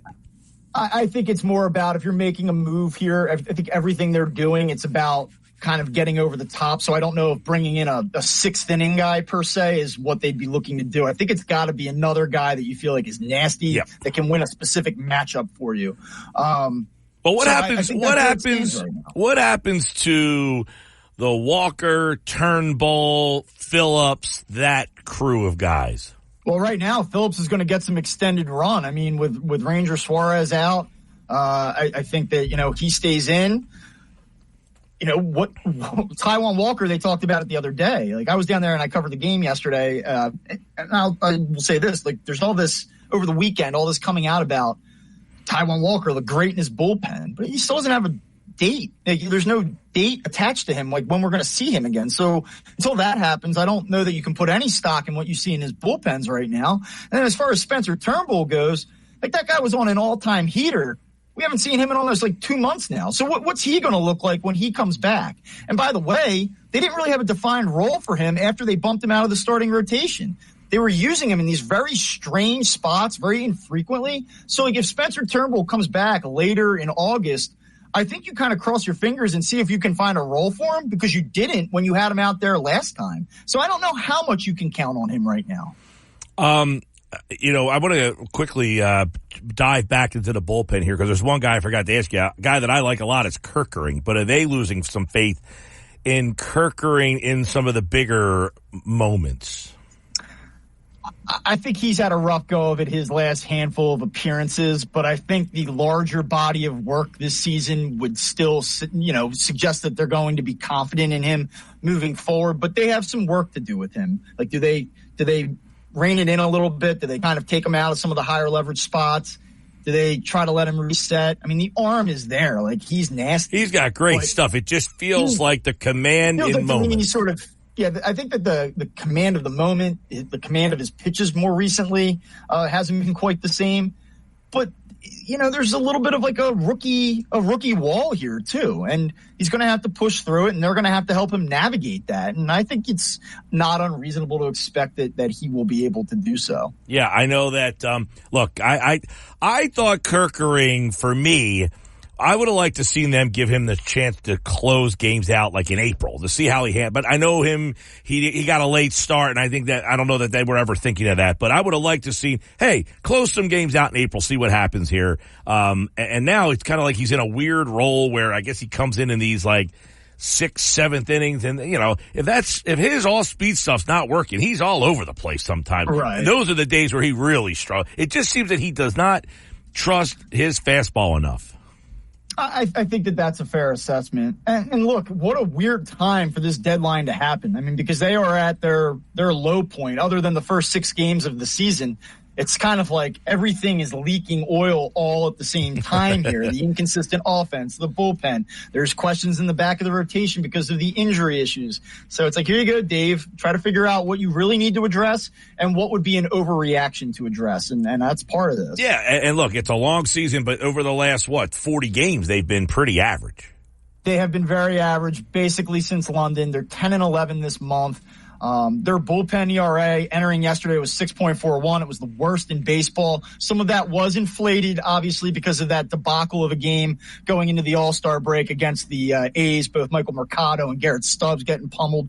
But, I mean, the bullpen has not been good in the month of July, and I do think, and I guess I would be surprised before the deadline if they don't add another pitcher to this mix. That would surprise me. How about the Nugget? I was listening to the game yesterday on the radio, and I didn't know this one at all, but they have 0 RBIs from pinch hitters this year on U.S. soil. That's it. 0. They are hitting 148 with 0 RBI from their pinch hitters. And I know, but I just go back to Jake Cave ending the season for you. And that's all I'll say for that. Yeah, I think that's fair. Right now, if you're going into the playoffs and you say, all right, we're going to start Hayes and we're going to start Marsh, what are your options off the bench? Presuming that Bryson Stott is at second base, you have Edmundo Sosa, you have Johan Rojas, Garrett Stubbs. Weston Wilson's got a roster spot right now. Is he going to be here next month? I'm just saying, is that something they're overlooking? That's all. Is that something they're overlooking? It's fair. They have been dismal off the bench this year. I know that the importance of that has been diminished a little bit here with the, no pitchers hitting anymore, but you still have situations where you need it, especially because, as we said at the top, they are not defined with three studs across the board out there. Like, they have deficiencies where you need to pinch hit for guys and play matchup. Absolutely. And we know Marsh, late in the game, and there's a lefty on the mound. I can't imagine you want him facing that lefty in the 8th inning of a big situation. You're probably going to want somebody. They don't have that guy right now if Rojas is the guy you're platooning with. So, you wonder if that's something they've overlooked in this situation. The only RBI they have all season long from a pinch hitter is from David Dahl in London. It's amazing. I happened to be at that game, by the way. Yeah. What are the chances? And you remember because you were there. I saw the only pinch hit RBI of the season. There we go. Yeah. All right, Bob Wankel, Crossing Broad's coverage of the Phillies and RedOctoberPhilly.com. Make sure you check out the newsletter. And, we're going to be at October soon. We're crossing over to the dog days of August. Tuesday, tomorrow, 6 o'clock.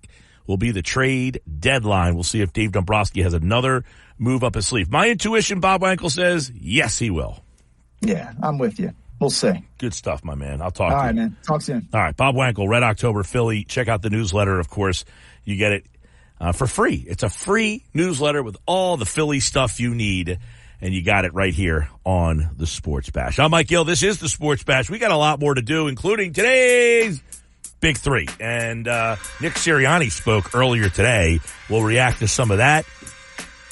Phil checks in on the text board on our conversation about the Phils. He says, Mike, regarding the Stevis pitching opponents, don't forget the Phillies gave up 6, 5, and 13 runs to the A's. Plus, I can't believe some ESPN pundits saying they gave up a lot to get a rental. So stupid, as you and your guests have repeatedly said, if he pitches well, guarantee the Phillies will re-sign him. Ring the bell. Hey, Phil, I agree. Look, I'm not bemoaning what they gave up here.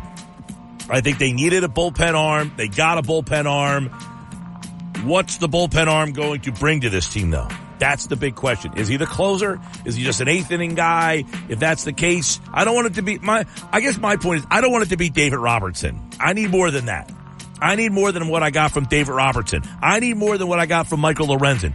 An all-star pitcher on a bad team. I can't have Carlos Estevez, an all-star pitcher on a bad team, come here and not be able to live up to the moment. That's all. And I do think, I heard that stat yesterday. Josh, did you hear that stat I just pumped out there right there for you? First I heard it. Phillies pinch hitters are hitting 148 with 0 RBI on U.S. soil. And I go back to the way they ended the season last year. Did they do enough? Are they overlooking their bench? Because think about it. Bob's right. Okay, Marsh starts in center field. Now a lefty's in the game in the 8th. You going to let Marsh hit? Depends on who the pitcher is, I guess. But he's left-handed. Traditionally, put it this way: he's left-handed. It doesn't matter who he is. He throws with his left hand. You got a guy hitting 125. You want him hitting in that spot? No, you don't want him literally hitting in that spot. But I'm just saying that is he the only lefty on the team pen, for example? Do you? Well, we just saw the bullet in that game. We just saw Arizona. Well, you can't afford to bite the bullet in any game. These are the playoffs here. We just saw Arizona went out and got A.J. Puck, a lefty. Yes, they did.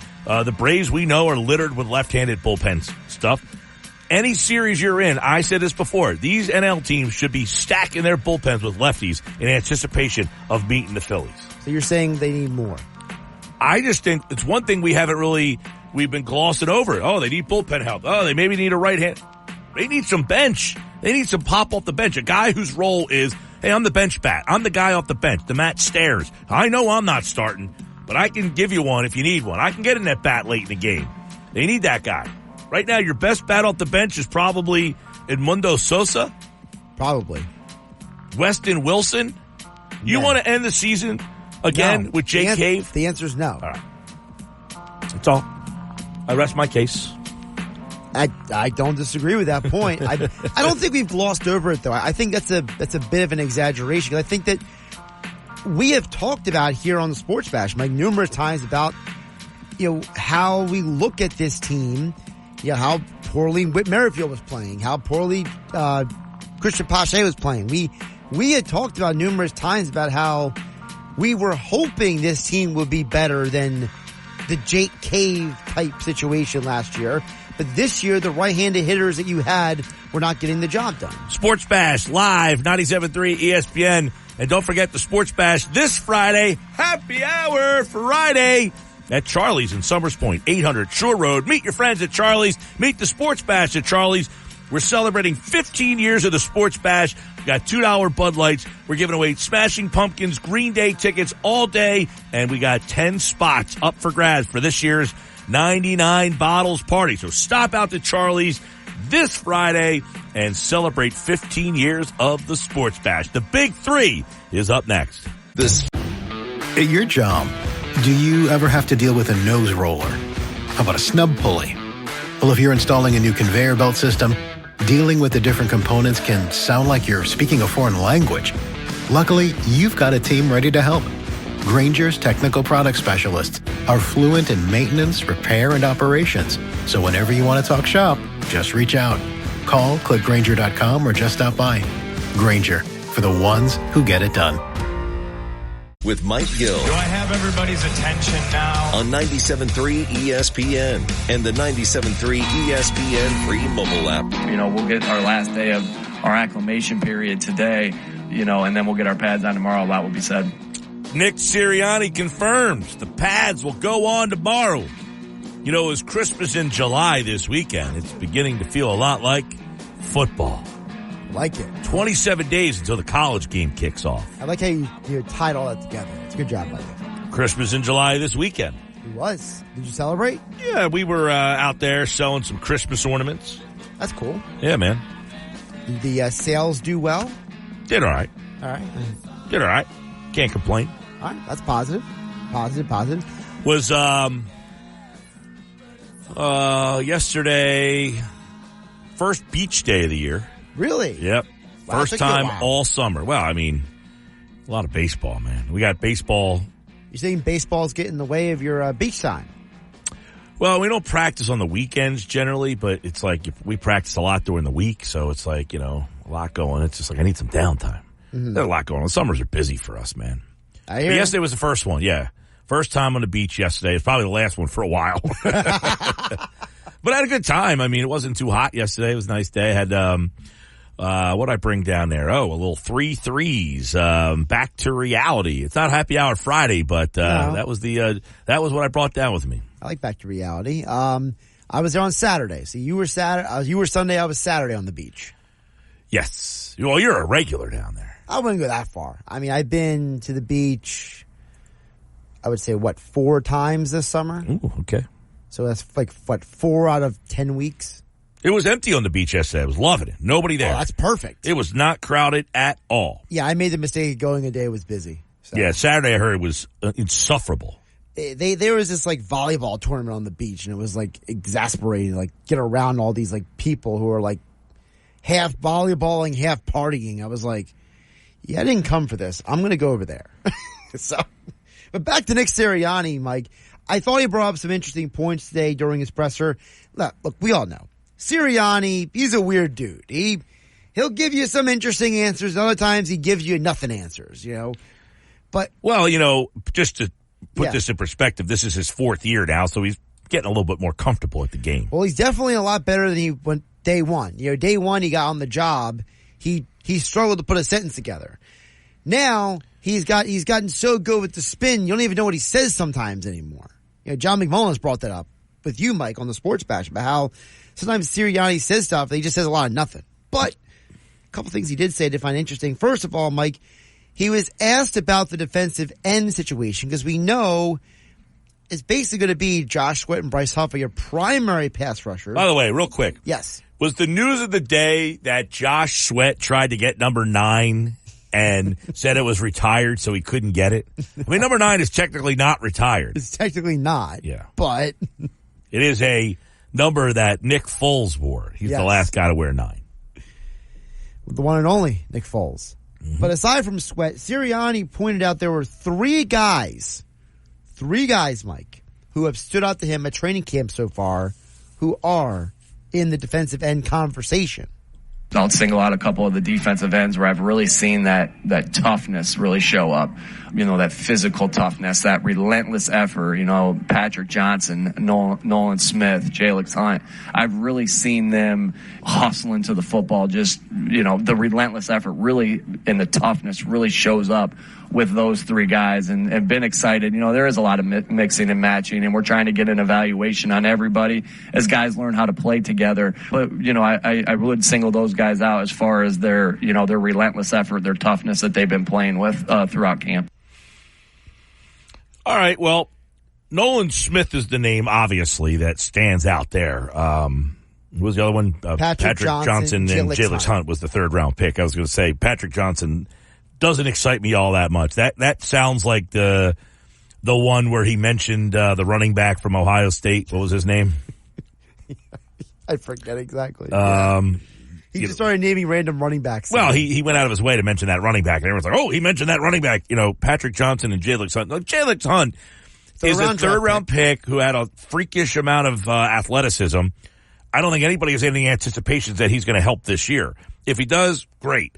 It's Nolan Smith. Right. Nolan Smith is the one, and I have a story up over at 97.3ESPN.com right now that I don't know if you guys remember, there was a guy named Jeff Diamond. He was the GM of the Tennessee Titans. He was actually the president of the Titans, and he was the GM for the Minnesota Vikings. He was the executive of the year. He actually used to do our show years ago. He was a regular guest on the show. One of our hosts had worked in Tennessee, and when he moved here and was doing the show with us for a little while, he would bring Diamond on the show, and he was really good. So anyway, he does stuff now for the 33rd Team, which is a website, for those of you who aren't aware. The 33rd Team is a website that is basically former executives and former players and former scouts, everybody who's like worked in the league before. Right. So he has an article about 2 Eagles under pressure to make a big leap in their 2nd year. One of them he has is Jalen Carter. The other one is Nolan Smith. And about Nolan Smith, he says, it was supposed to be a big coup when the Eagles landed the blazing fast Smith, 30th overall in the 2023 first round. He wound up getting the bulk of his playing time on special teams as he backed up Reddick, who was traded to the Jets this offseason. Smith played every game but finished the season with only 1 sack, 3 quarterback hits, and 18 tackles. Smith will compete with Bryce Huff and Josh Sweat for playtime. And the Eagles hope that he plays up to his first-round status in year 2 on a defense that slipped late last season. Okay, so I guess my question is, if he's going to compete with Bryce Huff and Josh Sweat, is he going to get a significant amount of playtime? The other 2 guys, Patrick Johnson and Jalen Hunt, I don't see being factors at all. So that's a nice way for Nick Sirianni to give them a nice little hat tip. But sure, Nolan Smith shouldn't be mentioned with. That's the problem. He shouldn't be mentioned with them. He should be separated from them. Or should he be? Because then that shows that he actually will take that step forward. Sure. I mean, yeah, maybe. Is he lumping them in with the other 2 just to appease the other 2? Probably. Okay. Well, listen. I think Patrick Johnson might be a good special teams guy this year. Well, yeah, special teams. I mean, I'm not downplaying the special team stuff, but you know, he says, like we're looking for guys. I think he said something about playing with detail, toughness, relentlessness. Yeah, all that stuff. Physical toughness, relentlessness. Patrick Johnson, Nolan Smith, Jalen. I've really seen them hustling to the football. Okay, without pads on, great. But Nolan Smith, to me, this training camp is big for him to separate himself from the Patrick Johnsons and the Jalen Hunts and put himself closer to the Bryce Huffs and the Josh Sweats. Or are we concerned that those guys are catching up to Nolan Smith? That's my point. I hope that they're not in the same breath. I think Nolan Smith needs to be in a different conversation. Yes. Gotcha. Mike, another point he brought up was he was asked about what has he seen from Cam Jurgens that leads the Eagles to believe that he is going to be a good center for them. And I got to admit, Mike, I don't know if I agree with his answer. Take a listen. He played all last year. I know he missed a couple games due to injury, but for the last 2 years, he's sat behind one of the greatest centers of all time, right? And Jason, and learned from him. Like that, shoot, you asked me, I would sit right there with, Andy Reid. Would you like to sit right there with, Bill Belichick? Would you like to sit right there with Bill Walsh and learn for a couple years? Yeah, that'd be great. So obviously he was able to do that. But also he played, he played meaningful snaps, and so it's not a projection. He played meaningful snaps and he played, some good football. I'm not sure if I like that answer, Mike. What do you like about it? Just because you learned from somebody doesn't mean you're able to execute what you learned necessarily. There's not always a correlation between. No, but I mean, if I'm looking for a reason that I'm hopeful, isn't that better than not having Kelce there? Well, yes, if we're being very simplistic about it, yes, obviously learning from Kelce, trying to pick up his traits, right? Wink Martindale, the defensive coordinator, he was the one who said that Jason Kelce studied more than any center in the NFL. So sure, if Juergens is picking up those traits, that's great. But listen, there's a lot of people who you heard Nick Sirianni mention Andy Reid and Bill Walsh and other coaches. There's a lot of people who worked under a lot of the coaches who didn't go on to have great head coaching careers. Of course not. No, but I mean, if you're trying to find, I have no problem with what he said. I mean, listen, hey, he learned from the best. That's the best we can do. I mean, I could have gave him the worst, and maybe he doesn't have some of the tricks of the trade that he's getting. Now, that doesn't mean all the stuff that Kelce did or taught him he's going to be able to implement. Right. But I'd much rather him being around Jason Kelce. And I like the fact that he said, look, this isn't a guy. I was thinking about this morning, the whole Jordan Love getting the contract that he did. Yes. And I keep thinking, to the point, I make this all the time. Teams overdraft quarterbacks all the time because they're not willing to be patient. Right. Do what Green Bay did. Do what Atlanta did. They drafted a quarterback. They liked the quarterback. And they say, you know what? We don't have to play you. So he didn't play for 2 years. He sat there, and now he's the highest paid quarterback in the league. Juergens was essentially drafted to replace Kelce, but also got to play and get some playing time while grooming himself to play that position. So I can't sit here and say, well, I think it's been a terrible transition to get to him. No, he got some playing time and got to learn from Kelce, but they didn't need him to play the position that he was drafted for originally. Okay, so you feel like Sirianni's explanation was valid? Yeah, I don't have a problem with it. Like, hey, anytime you have a young player that can go and learn from somebody who has done it and is the best, if that person's willing to teach. Right. Now, if the guy's a jerk, that's a different story. I think Kelce's willing to teach. In fact, he kind of handpicked this guy. Oh, yeah. Jason was one of the guys who recommended him. They drafted him, basically. Yeah. So, no, I have no problem with Sirianni's answer there. All right. Mike, the third topic I want to hit on with you. So, Nick Sirianni was asked about the receivers not named, A.J. Brown and Devontae Smith, which Nick Sirianni, as for those who don't know, he's a former wide receiver coach. So part of his history coaching the NFL is coaching wide receivers. He loves coaching receivers. Mike, he decided to give a quick take on every single training camp receiver. And I want Mike Gill's reactions to Nick Sirianni's little snippets on each one. You ready? Yep. Here is the first batch I want your reaction to. Everyone brings a little different skill set to the table, that everybody can contribute to, right? Paris has had success in this league, through different things that he's done. He has toughness. He has speed. John Ross has got excellent speed. Johnny Wilson, big, physical, can bring an element of toughness and blocking to the group. This so far is your classic case of you wish you could put the three of them together. You could combine them into one guy. Yeah, I got one guy who's, toughness and speed. The other guy, excellent speed. Another guy who's big and physical. But separate the three of them, we don't really have much. Right. That's true. So that's the first batch. You feel any better about any of those guys moving forward? No, we know this spot is, fluid. Speaking of fluid, Sirianni decides to name drop another group of receivers. Brent Covey's had a nice camp thus far. He's got some great quickness, and you can see how he is with the ball in his hands. You got to see that the last 2 years every Sunday, the way he is with the ball in his hands. Anais is, we're excited about the things we saw on him on tape, and, he's working to keep getting better. Joe Nagata's had some bright spots in the camp, and he's big and he's physical, very similar to some of the things that we talk about with Johnny Wilson. Yeah, so again, we have one guy who is has great quickness. Mm-hmm. Another guy that we saw things on tape and he's working to get better. The other guy is a big physical guy. 3 guys who do all different things. None of them can play. Or none of them that we're all excited about. Okay. So Sirianni in his I don't want to forget anybody ism that he is. Sirianni wants to start naming guys. He got to name all of them. He decided to name the rest of the guys next. And I like guys that just kind of became part of the Eagles from other teams. I'm looking at Austin Watkins right now, Jacob Harris. And so I'm excited about all these guys, to work with all these guys. Well, now I got to mention everybody because I'm 2 more guys in there. Shaq Davis I'm excited about too, and Griff.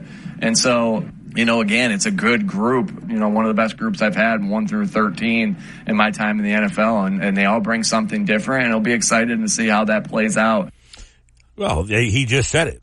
1 through 13, they all bring something different. There is no leader. I mean, Paris Campbell, he started at the list, and he said he's had success in this league. He's the one guy, along with John Ross, who have played in the league and have some background. But it's obvious that Paris Campbell is the one guy right now who's separating himself. We talked about it with Moshe earlier.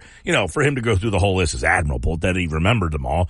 Griffin Herbert, is the last guy he brings up, for God's sake. Poor guy, he couldn't name his whole name. He just had to squeeze him in there. Yeah, well, it's like a hockey guy. Griff. Yeah, Griff. Yeah.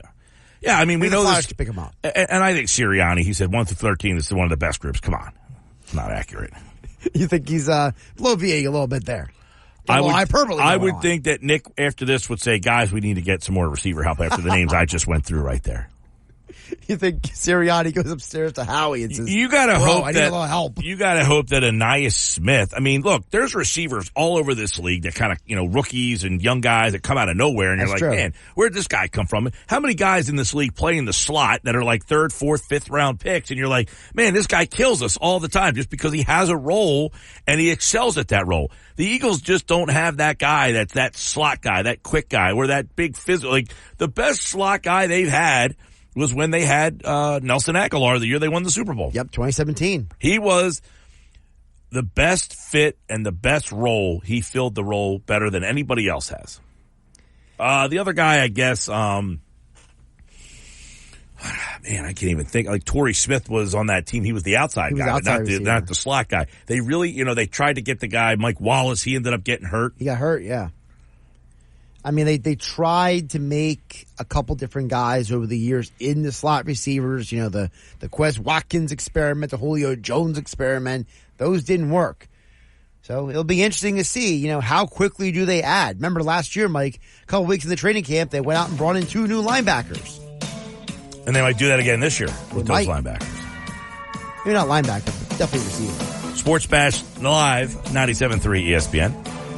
I think the Eagles still need safety blanket type receiver. Yeah, that guy that, is like a Jason Avant. You just dump it off to him. He's got great hands. Doesn't have to be a wide receiver. How can we call Arizona and offer up James Bradberry for Zach Ertz? Well, Arizona's going to say, call somebody else because Ertz isn't on our team anymore. He's in Washington. So that's not going to work. Bradberry had the best year of his career under John Gannon. Ertz will be a perfect player for this offense, especially 2 tight end sets. The Eagles had a chance to add Zach Ertz last year. Nobody picked them up. And when they needed tight end help this offseason, they didn't call Zach Ertz. Washington did. So, sorry. That's not going to work, that deal. It really looks like that they really want Grant Calcaterra to be something right now. I think they like it. So far, all the reports that we've been getting, McMullen, Mosher, Football at 4, everybody says that Calcaterra could have a big role as the 12th personnel. All right, we're going to wrap up the show. This hour brought to you by Key Acura of Atlantic City. For a great car buying experience, go see Rocco at Kia Acura of Atlantic City on Tilton Road in Egg Harbor Township, your small but friendly dealer online, Kia Acura of AtlanticCity.com. Save on O'Reilly Brake Parts Cleaner. Get 2 cans of O'Reilly Brake Parts Cleaner for just $8. Valid in-store only at O'Reilly Auto Parts. O'Reilly Auto Parts. The Sports Bash with Mike Gill on 97.3 ESPN and the free mobile app.